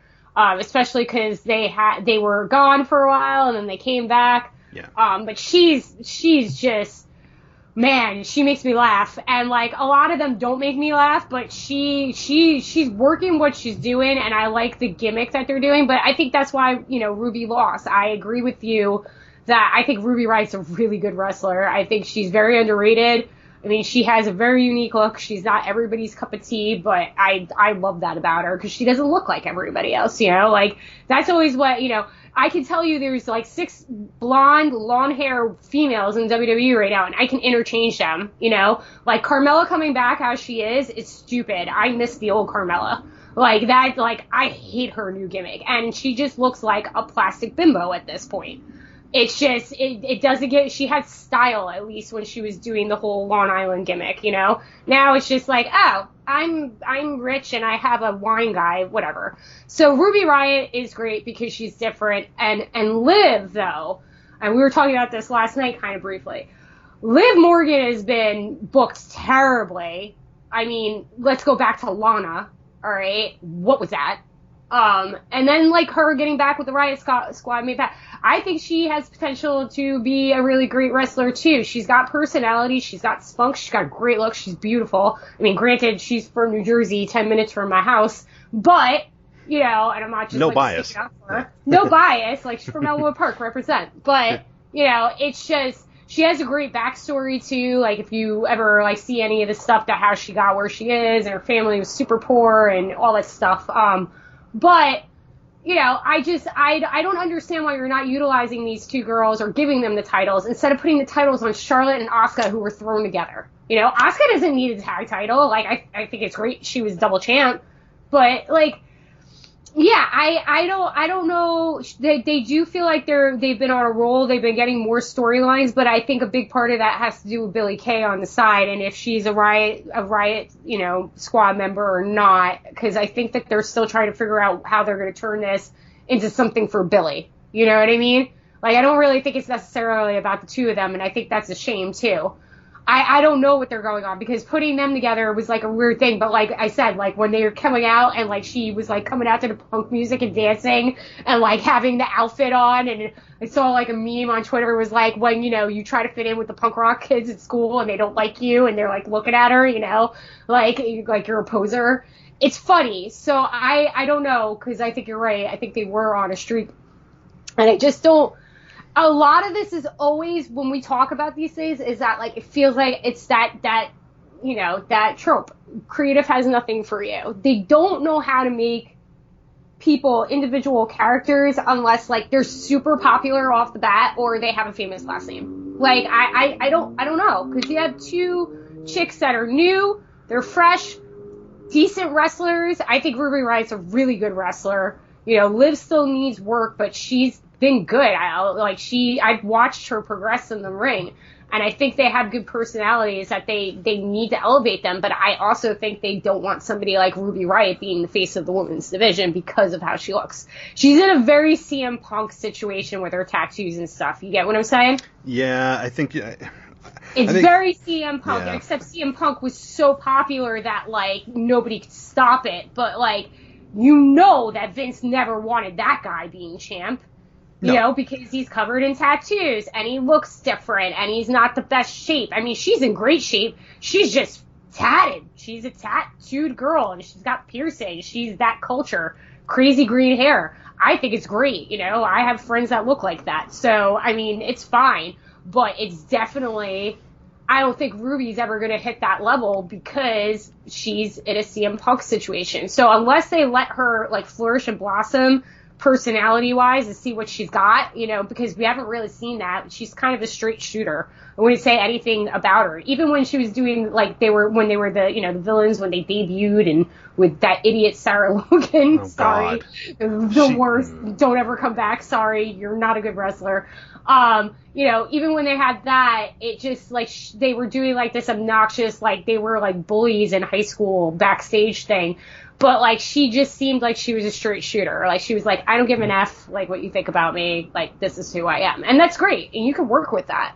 It's just if they let her flourish, you know. Punk had to fight to flourish because of the way he looked and everything he represented in that culture. Yep. It's really hard. I mean, you know, you think, like, this is just, like, kind of a societal talk. Like, it's 2020, man. And I always hated, and I still hate to this day, everybody like, oh, well, you can't get tattooed because nobody's going to take you seriously in a professional career. I love that. Yeah. Tattoos are mainstream now. Everybody who's going to be 50 or whatever, like my generation, are going to be the people right, and they have tattoos. Tattoos are more mainstream now than they were. They used to be a tattoo thing, and it's just like, get over it. Just because I have tattoos doesn't mean I'm not good at my job or I'm not good, you know? Like, it's just, it's a stupid, what is it, stereotype? It's almost bigoted. It's an old generation of thinking. It's an old way of thinking because tattoos, two generations ago were kind of frowned upon. I mean, you're basically like, you know, you're permanently tattooing, you're marking your body for what? And I love the argument too of, well, what's it gonna look like when you're 90? I'm like, look, when I'm effing 90, you think my first concern is how my tattoo looks? I'm probably going to be like not remembering what I did yesterday. And you think I'm going to be worried about my tattoo drooping and not looking good? No. Like, I mean, it's tattoos are for yourself, not for anybody. It's a person. It has nothing to do. Right. Like, that's the thing. It's about me. It's not about you. If you don't like it, that's your problem. Like, I mean, yeah, it's, I love it. And look, you're right about Liv Morgan and Ruby Riott. As far as the problem is, WWE has really handicapped them. They haven't given them, like you said, a personality to talk. Yes, but the thing is, they do their talking in the ring, and that's great, and that's probably the logic of, oh, they do their talking in the ring. Well, eventually I want to hear you talk in a different way, you know, by actually talking, using your voice. Yeah. I need more, and yes, they do occasionally let them do those pre-taped promos that are very, very, very scripted, that are take me out of the moment bad. Yeah. The ones that they always put on when someone's making their entrance to the ring that are just totally red. It's seriously like they might as well just have a sheet in front of them. But outside of that stuff, they don't let them just, hey guys, we're going to give you 5 minutes, go and just tell the audience who you are. Just be yourself. Here's where we want to go. You guys fill in the blanks and get us there. But they don't do that. So they're completely handicapping these two by not allowing them to really to find themselves. They have from a in-ring perspective, they have from their look, but damn it, give them something besides the pre-scripted promos that happen once every 2, 3, 4 months, and let them do something. And that's the biggest problem I have with this creative-wise, is the fact that they don't even let them talk. I mean, you can't talk, you can't get yourself over, period. Yeah, you know, you can't get the fans behind you, you know, and that's what I'm saying. Like Ruby, I mean, Liv has it a little easier because she's the pretty blonde, you know what I mean? And that's what I'm saying. There is, and I've been thinking about this, like I just said, there is a pretty blonde problem in the WWE's women's division. Because, like, all of them, like, at one point everybody had different color hair and stuff like that, and that's kind of a trend that's gone back out, but, like, Liv has a little bit of an edge, but, like, they won't, like you said, give her an opportunity to, like, build her personality and her character and not be Ruby's sidekick. Because that's basically what she is. I mean, out of the two, Ruby's the leader, you know, Liv's her sidekick. And I don't think they want to be viewed like that. But as far as Ruby goes, Ruby has like all these like hills to climb, because like you said, they're not giving her time to build her personality. And like, why don't you just go with the point that she's like this punk rock tattoo culture chick? Like, you know, Punk did the same thing except he was straight edge, you know? So like Punk had to build and climb to get heard, but he was so good on the mic that like, you know, they had to fall. I think it's even harder for Ruby because she's a woman. And women aren't supposed to look like that. Like, it's more acceptable for a man to be covered in tattoos still than a woman to be covered in tattoos. And while it's not for me, I love it on people. I think it's great. It's not my personal choice, but I don't think it makes a difference. But it's just like, that's even a bigger hill for her to climb, because now she doesn't look like the rest of the blonde division, and she's covered in tattoos, and that's not acceptable. And you're supposed to be a pretty proper young lady. Like, you don't look like our type, you know? And it kind of goes back to with AJ Lee. Like, AJ wasn't covered in tattoos or anything, but like, you know, she said in her book, they told her she wasn't attractive. She's gorgeous. And is it because she was a Spanish dark-haired petite girl? And like, she had to crawl, but you know what happened? She's a really good actress, and she's probably one of the best mic women of all time. And it worked, and she got put in the right storylines, but she busted her butt to get there, and that's why she stayed there, because everybody in that division, even the Bellas, who were brunettes, didn't have the oomph that AJ Lee had. So I think it's like this weird struggle if you're like going to try to talk about dynamics of women getting over in that division, where they have like this blueprint that isn't Sasha Banks. It's this, you've got to be blonde and beautiful and wear pretty dresses and look presentable in public and all this stuff and look like good on, you know, a magazine cover. I think she looks rad as hell. She's a unique looking chick. She's not like classic beauty, but she's pretty in her own right. So I just think there's a lot of problems with women booking in that division because like of all those things that I just listed. So, you know, unless you're a blonde right now, I don't think you have an upper leg in there, because again, we've got Lacey, we got Charlotte, we got, you know, Carmella, we got Liv, who am I forgetting? Because I know I'm forgetting somebody Lana, else. Dana Brooke, Mandy Rose. Dana Brooks, Mandy Rose. Mandy Rose is the only one who has short blonde hair, so I guess she has the upper leg, but she did have blonde hair, you know? And it's like, it's the same thing. Sonya Deville's back, all right? She kind of annoys me. Like, I don't like her personality, but I think she's good at what she does. But, like, she's brunette, lesbian, and she's been backstage, hasn't been wrestling. Like, it's just kind of like... It's killing me. I don't know what the hell they're doing. Too much into it. I don't know. It just doesn't make sense because they have all these different people, and, like, for something as big in society and WWE trying to be like, oh, mainstream, oh, you know, we try to set a precedent. Like, there's been a huge thing, I don't know if they've been living under a rock, for the last 20 years about little girls being upset that they don't have somebody that looks like them on TV. Right? Mm-hmm. Or a doll, or something like that. And they have all these different women at their disposal that look nothing alike, and it only seems like a few of them are able to inch, but the blondes always get, like, TV. Like Lana. Like, why haven't they gotten rid of Lana yet? It is, and the thing is, this isn't a recent issue with WWE. You look back at even the Ruthless Aggression and or the Attitude Era. You have Sable, Sunny, Trish, Tori Wilson, and the majority of them, maybe outside of Trish, they were all just kind of sexualized, right? Like they're just like they're there for eye candy for the men. I mean, the women's division has made strides obviously since that time, which is great. But they have had a blonde problem for a long time, where Vince just somehow or some way just continues to push these blonde women forward. Like you said, they're all so interchangeable, though. It's just let's get to the next long blonde-haired woman. And yes, certainly Charlotte Flair has made a name for herself, probably the biggest star on the roster right now for the women. I mean, she just is, whether we love her or hate her, she is. I mean, the problem, though, is that you're right. Maybe they are concerned about it, and they'll never admit it publicly. I mean, these are things that we're saying out loud that they will never say out loud. Yeah. They'll come up with creative reasons and this and that. Oh, we don't know. We've given her a chance. But they will never say this part out loud. Do I think it's the only reason maybe they haven't given Liv Morgan an opportunity and or my gosh, I can't think of her name.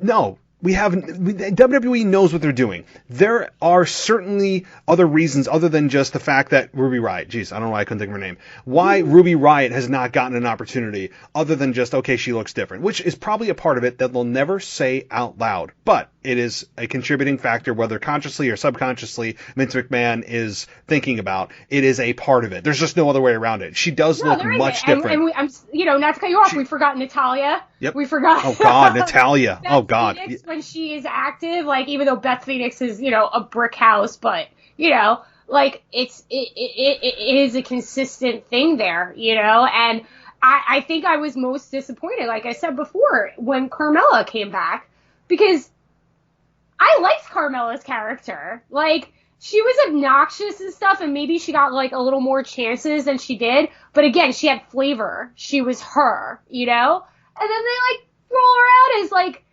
grinding behind a silhouette thing and coming out in these exaggerated outfits that, make her look like a Barbie doll. And I'm just like, she didn't need this. And now it just seems like her character is, like, just like, oh, get away. She's, like, literally playing the girl that everybody hates. Like, even Charlotte Flair doesn't act like that, No. It's just, it just, like, rubbed me wrong, because I was like, man, I never thought I would say miss old Carmella, but I do. I like the stuff she did with R-Truth. I liked when she had her title run. I like that she was a dancer, and they focused on that. I just don't, they put Naomi up there real quick, and then they pulled her back down. It doesn't, I'm sure there are a lot of factors. Again, we're not bookers and stuff like that, but it's a glaring thing that you always see. And, like, honestly, like, going back to AJ real quick, that's why I loved AJ so much. You know why? Because she was me. She was literally the Spanish version of me.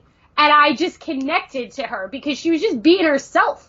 Here's your superpower too? Girl from New Jersey who's tiny, who's pretty, long dark hair, loves Buffy in comics and all this geek stuff. And I was like, this chick's great. And she could talk circles around everybody. And I think, she wasn't the best wrestler, but I also think she didn't have really a chance, we've talked about this, to show she could actually wrestle, because she was in a division that was having 2-minute women matches. Yeah. And crazy is your superpower too, right? Yes, crazy is definitely my superpower. I'll leave that one alone. But for real, like, it's a glaring problem that, for whatever reason, is still existing in 2021 with WWE and Vince. And it just, here's the thing. I obviously am a straight man. Like, I see beautiful women, and I'm a married man, but I still see beautiful women. I'm not blind. Like, when I'm watching television, though, when I'm watching wrestling, I see these beautiful women, but I don't want to focus, and this is weird to say, but I'm watching wrestling just to get involved in the storylines and the characters. When you put more emphasis on the way that they look and trying to literally, like, sexualize them, and they still do. Like, you see what the outfits they're wearing. Even Sasha Banks, for God's sakes, this week was wearing, like, a latex, like, it was very revealing and just distracting for me. And yes, it's like one part of my brain is like, ooh, that's nice to see. But the other part of me is like, no, like if you want to see those things, there are many, many, many other places to go where if you want to see those things, you can see those things. I watch wrestling to get involved in stories, get in-depth characters. I want to be emotionally invested. I don't want this superficial crap to overshadow it. And I can't tell you how many times more often than not. Carmella, love her personality, but the fact of the matter is that she has got, like, those outfits she wears and things, yes, they accentuate her body. Okay, she's got big boobs. Okay, she's got, obviously all these women are in shape. But I don't like when they put the emphasis on that, and it takes part of my brain away from the story because I'm just, like, so distracted by what they're wearing, and I don't want to feel that way. And again, I'm a straight guy talking about this. It's weird for me to say that I don't want to see these women, like, looking like that because I'm more interested in wrestling because I watch wrestling to watch wrestling. And I think that this is also another issue with WWE. The women, the way they present them, still not nearly to the level, of course, that they did in the Ruthless Aggression era and the Attitude era when they were doing pillow fights and Playboy pillow fights and bra and panties matches. I mean, that was egregious. But even today, like, the outfits they wear, Sasha Banks, and she's a babyface. I'm like, Sasha, like, you are a beautiful woman. Sasha's a babyface. I still think I hate it. I hate her as a babyface. Yeah. Yeah, but, like, the thing with Sasha Banks, like, it's part of her gimmick that works better. Like, Carmella had to get, like, they just, like, kind of, like, threw this thing on Carmella. Like, Sasha's already always worn outfits like that. She's already, she acts kind of like a rapper's chick, you know what I mean? Like, that doesn't bother me. What I have noticed, like, if we're getting into, like, technical, like, women's stuff, is that, like, it's finally, and it's great, it's finally okay to be a flat woman person in the division. Yeah. Which is a breath of fresh Thank air God. also. And I think that AJ kind of kicked that door down, too, because I think she was, like, one of the first people who was just like, I don't have any physical enhancements, like there are other ones, but for the most part, you go in that division, you're pressured to get boob jobs. Yeah. And I know that because people talk about it. Serena Deeb said that she got hers taken out, Serena who was with Punk. Yep. Oh, I remember that. She got boobs done. Lita did it. It's in Lita's book. She said she needed to do it, and some people do it for their own personal choices. I know Alexa Bliss got her breast implants because she was insecure about herself. That's fine. What I'm saying is that, like, I was happy Bianca Belair, like, won because she's flat as a board and she don't care because that girl will kick your ass. You know what I mean? Yeah. It's not like, it is more focused on her being so strong and physically fit that nobody cares that she doesn't have a rack. That's why I love it. Yeah. I love that. It's the same way. Sasha wears revealing stuff, but she also is small chested. Yep. So, and she hasn't felt the need to go and get a boob job, which is great. I have a real big problem, and I've had a problem, and, like, if Lana ever listens to it, she might get upset. I have a real big problem with Lana's done to herself in the last year. She looks nothing like she did, and she was perfect. That girl was drop-dead gorgeous naturally. She probably had a boob job, but, like, it looks like she got a bigger boob job. Her lips are gigantic. Her face has gotten work. Fillers. Like, all Dana this crap Brooks. comes out. She looks like a duck.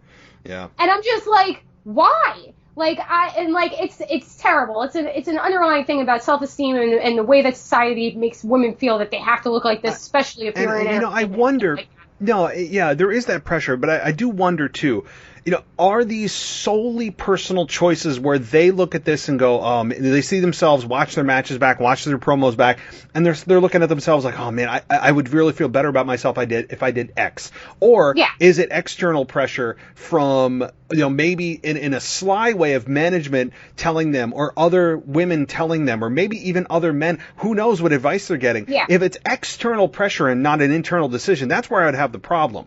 Like, and I don't know where it's coming from.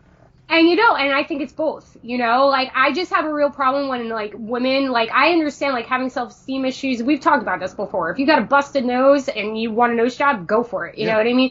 But when there's nothing wrong with you, the fact that you're in a place that makes you feel like you need to change yourself and it might not be your decision, like, I honestly, like, I don't know how Lana could be watching herself when she was with Rusev in the business suits and look at her and be like, man, I look terrible. I gotta get, like, lip injections and a boob, like, make my boobs bigger. Because, like, there's something mentally wrong with you then. Because there was not, like, I'd kill to look like Lana. I'm happy with myself. But, like, I wouldn't complain if I looked like her. So it's just, like, this weird... There's still this culture around, this is a good talk, but it goes back to... Why aren't women being utilized when they could be being utilized when, they have all these different looks and people that could be representing these little girls that they want watching, and it, like, kind of turns into, oh, well, you kind of got to look like Carmella. Like, I don't know. It's a weird situation. It's weird. But hopefully the Riot Squad gets back on the train, and I hope they have big things in 2021 because I think that Ruby Riott would be a really cool champ. Yeah, I think exactly. And I think that's why if you're talking about the men's side of this whole thing where, the steroid era and you got to be jacked, you got to be 6'6", and you got to, all these things. That's where Daniel Bryan just broke that down. He's like, no, you don't. Here, I'll main event WrestleMania. Too. Like all of them did, If they're not relatable, then it's hard to get emotionally attached to that individual because you want to feel like somebody is at least maybe something like you, or that maybe there's an element of them that you can see yourself in. That's why we watch watch movies. That's why we watch TV shows. That's why we read books. That's why we watch wrestling. And it's really no different. And if you can't relate to a character, then you don't give a damn. And you can't tell me that these characters, or at least the way, especially with the women, that these girls look at this and go, I look nothing like this person, nothing like this woman, and now they're, like, how am I supposed to relate to them? And yes, Carmella comes out and she's plastic up and down. She's a beautiful woman, but she has clearly enhanced herself, and that's her personal choice. I don't care. Another one. She definitely got work done. Oh yeah, no question. No question. You know? But anyway, this is a topic that is like, I mean, you could go, in depth and take a deep dive into. So I will say, let's see, I was going to close out with something, and I can't remember what the hell it was. Maybe it was Lana, but maybe not. You can't tell me that to close out the show. Oh, Miz. I was going to ask about Miz, and I don't want to go too long on that, but I do want to ask you about him holding the Money in the Bank briefcase. Who do you think he's going to cash it in on, and do you think he'll be successful? Well, when's the next Money in the Bank? June? May. So that's why I'm saying they he really moved it only up? has 3 months. I don't think he's going to cash it in at WrestleMania. He can't top Seth Rollins, which is another returning thing. And when does Becky come back? Because that there chick is no timetable. I'm thinking she was being a little troll on Sunday, saying she was coming, and I was like, you know what? She was backstage, obviously, 'cause Seth was there. Or Seth sent her a picture. There was no way. People could not. Look, she gave birth in December. And even if she was somehow miraculously in actual ring shape, even if that was which I don't, even if she was, I don't think that was the safest thing for her to do, to risk, she just has a newborn child who's a month and a half old. COVID's still out there. Do you really want to risk it? I mean, it would not have looked good. I would say SummerSlam, personally, I've not heard anything. She's been very, very secret about it, and she should be, because I don't think it's anybody's business. I'm sure she doesn't even know. I think she may make a cameo at WrestleMania. Cameo, not a match. More likely, I think it's SummerSlam that we're targeting, personally. Yeah. So anyway, I don't think he's gonna cash it in at WrestleMania, because I don't think he I don't, he can't top Seth Rollins cash in. No, nobody can. Yeah. Yeah, nobody can top that cash in. I think he might wait until after WrestleMania. Monday Night Raw after. Unless he throws it away in the next 2 months, and if he cashes in the next 2 months before Mania, he's not gonna win it. But I think that if he cashes in after Mania, there might be a chance of a Miz championship. We've said for a while he's been overdue. I think putting him back with Morrison kind of set him back a little bit. But I don't think anybody would be upset with a Miz championship like they would have, 3 years ago, 4 years ago, before he kind of got that momentum where everybody started liking him a little bit and he was working a little better. I think John Morrison has kind of deflated him. I mean, it's just, when are they going to break off? Because I think Miz was having a good run, getting established as a single star again. I think if he cashes in the next 2 months, he's going to lose. I think he's going to wait till after WrestleMania to see who the champ is. If he's going to cash it in the next 2 months, oh, jeez. I don't think he's cashing it in on Roman. No. He'll get swatted like a fly. And heel versus heel. Yeah, it's got to be on a babyface champion. Otherwise, it's got to be Drew, but that's only if it's pre-WrestleMania, because I don't know if Drew's going to have the title after WrestleMania. So I would say either Elimination Chamber or Fastlane before WrestleMania. Yeah, I would say one of those two with a failed cash-in. You think it's going to be a pay-per-view, too? You don't think it's just going to be on a Raw? No, I think it'll be pay-per-view because it's cash-in. I know we've seen it on Raw before, but they're making such a big deal about The Miz getting that Money in the Bank briefcase from Otis, losing it, then getting it back because he didn't actually technically cash it in. So I think it's going to be hopefully a failed cash in. I don't know. I cannot stand The Miz and Morrison at all. They were a team together in 2009. This is now 2021, and they're the exact same they were 12 effing years ago. And we talked about this when Morrison came back. It's just that they had nothing for Morrison. They just wanted to sign him, and they put him back in his old gimmick, and I think it hurt him. It's not 2009, like you said. John Morrison is an amazing performer. I think both of them are good on the mic. They're super annoying together. I think that's the point. But, yeah, it's creative has nothing for you. Okay, we're just going to stick you back in your old gimmick, The Miz is still calling himself the A-lister. The Miz has had zero character evolution from 2009 to now. And you could say, yes, singles, he did have some progress. He had some great matches with Dolph Ziggler, with the Intercontinental Championship, some Daniel Bryan moments and talking smack. I remember all of that, but those are blips on the radar. The majority, if you look at it, is a story arc and character development of The Miz from 2009 until now. It is very, very slim to none because he's still wearing the same outfit with the same music on stupid Miz TV that somehow needs to to be on Raw every single Monday night, and there's just, yes, he's a good talker, but there's no evolution at all. It's like he froze in time and he's the same guy every single week. So I don't know. I digress on that whole topic. Yeah. So I mean, that's what I think, though. I think that he's going to wait till after WrestleMania, though. Okay. I think it'll be a last minute cash in before the next Monday. He doesn't have much time after that. Yeah. I mean, you're talking like 4 weeks from WrestleMania till Money in the Bank. So yeah.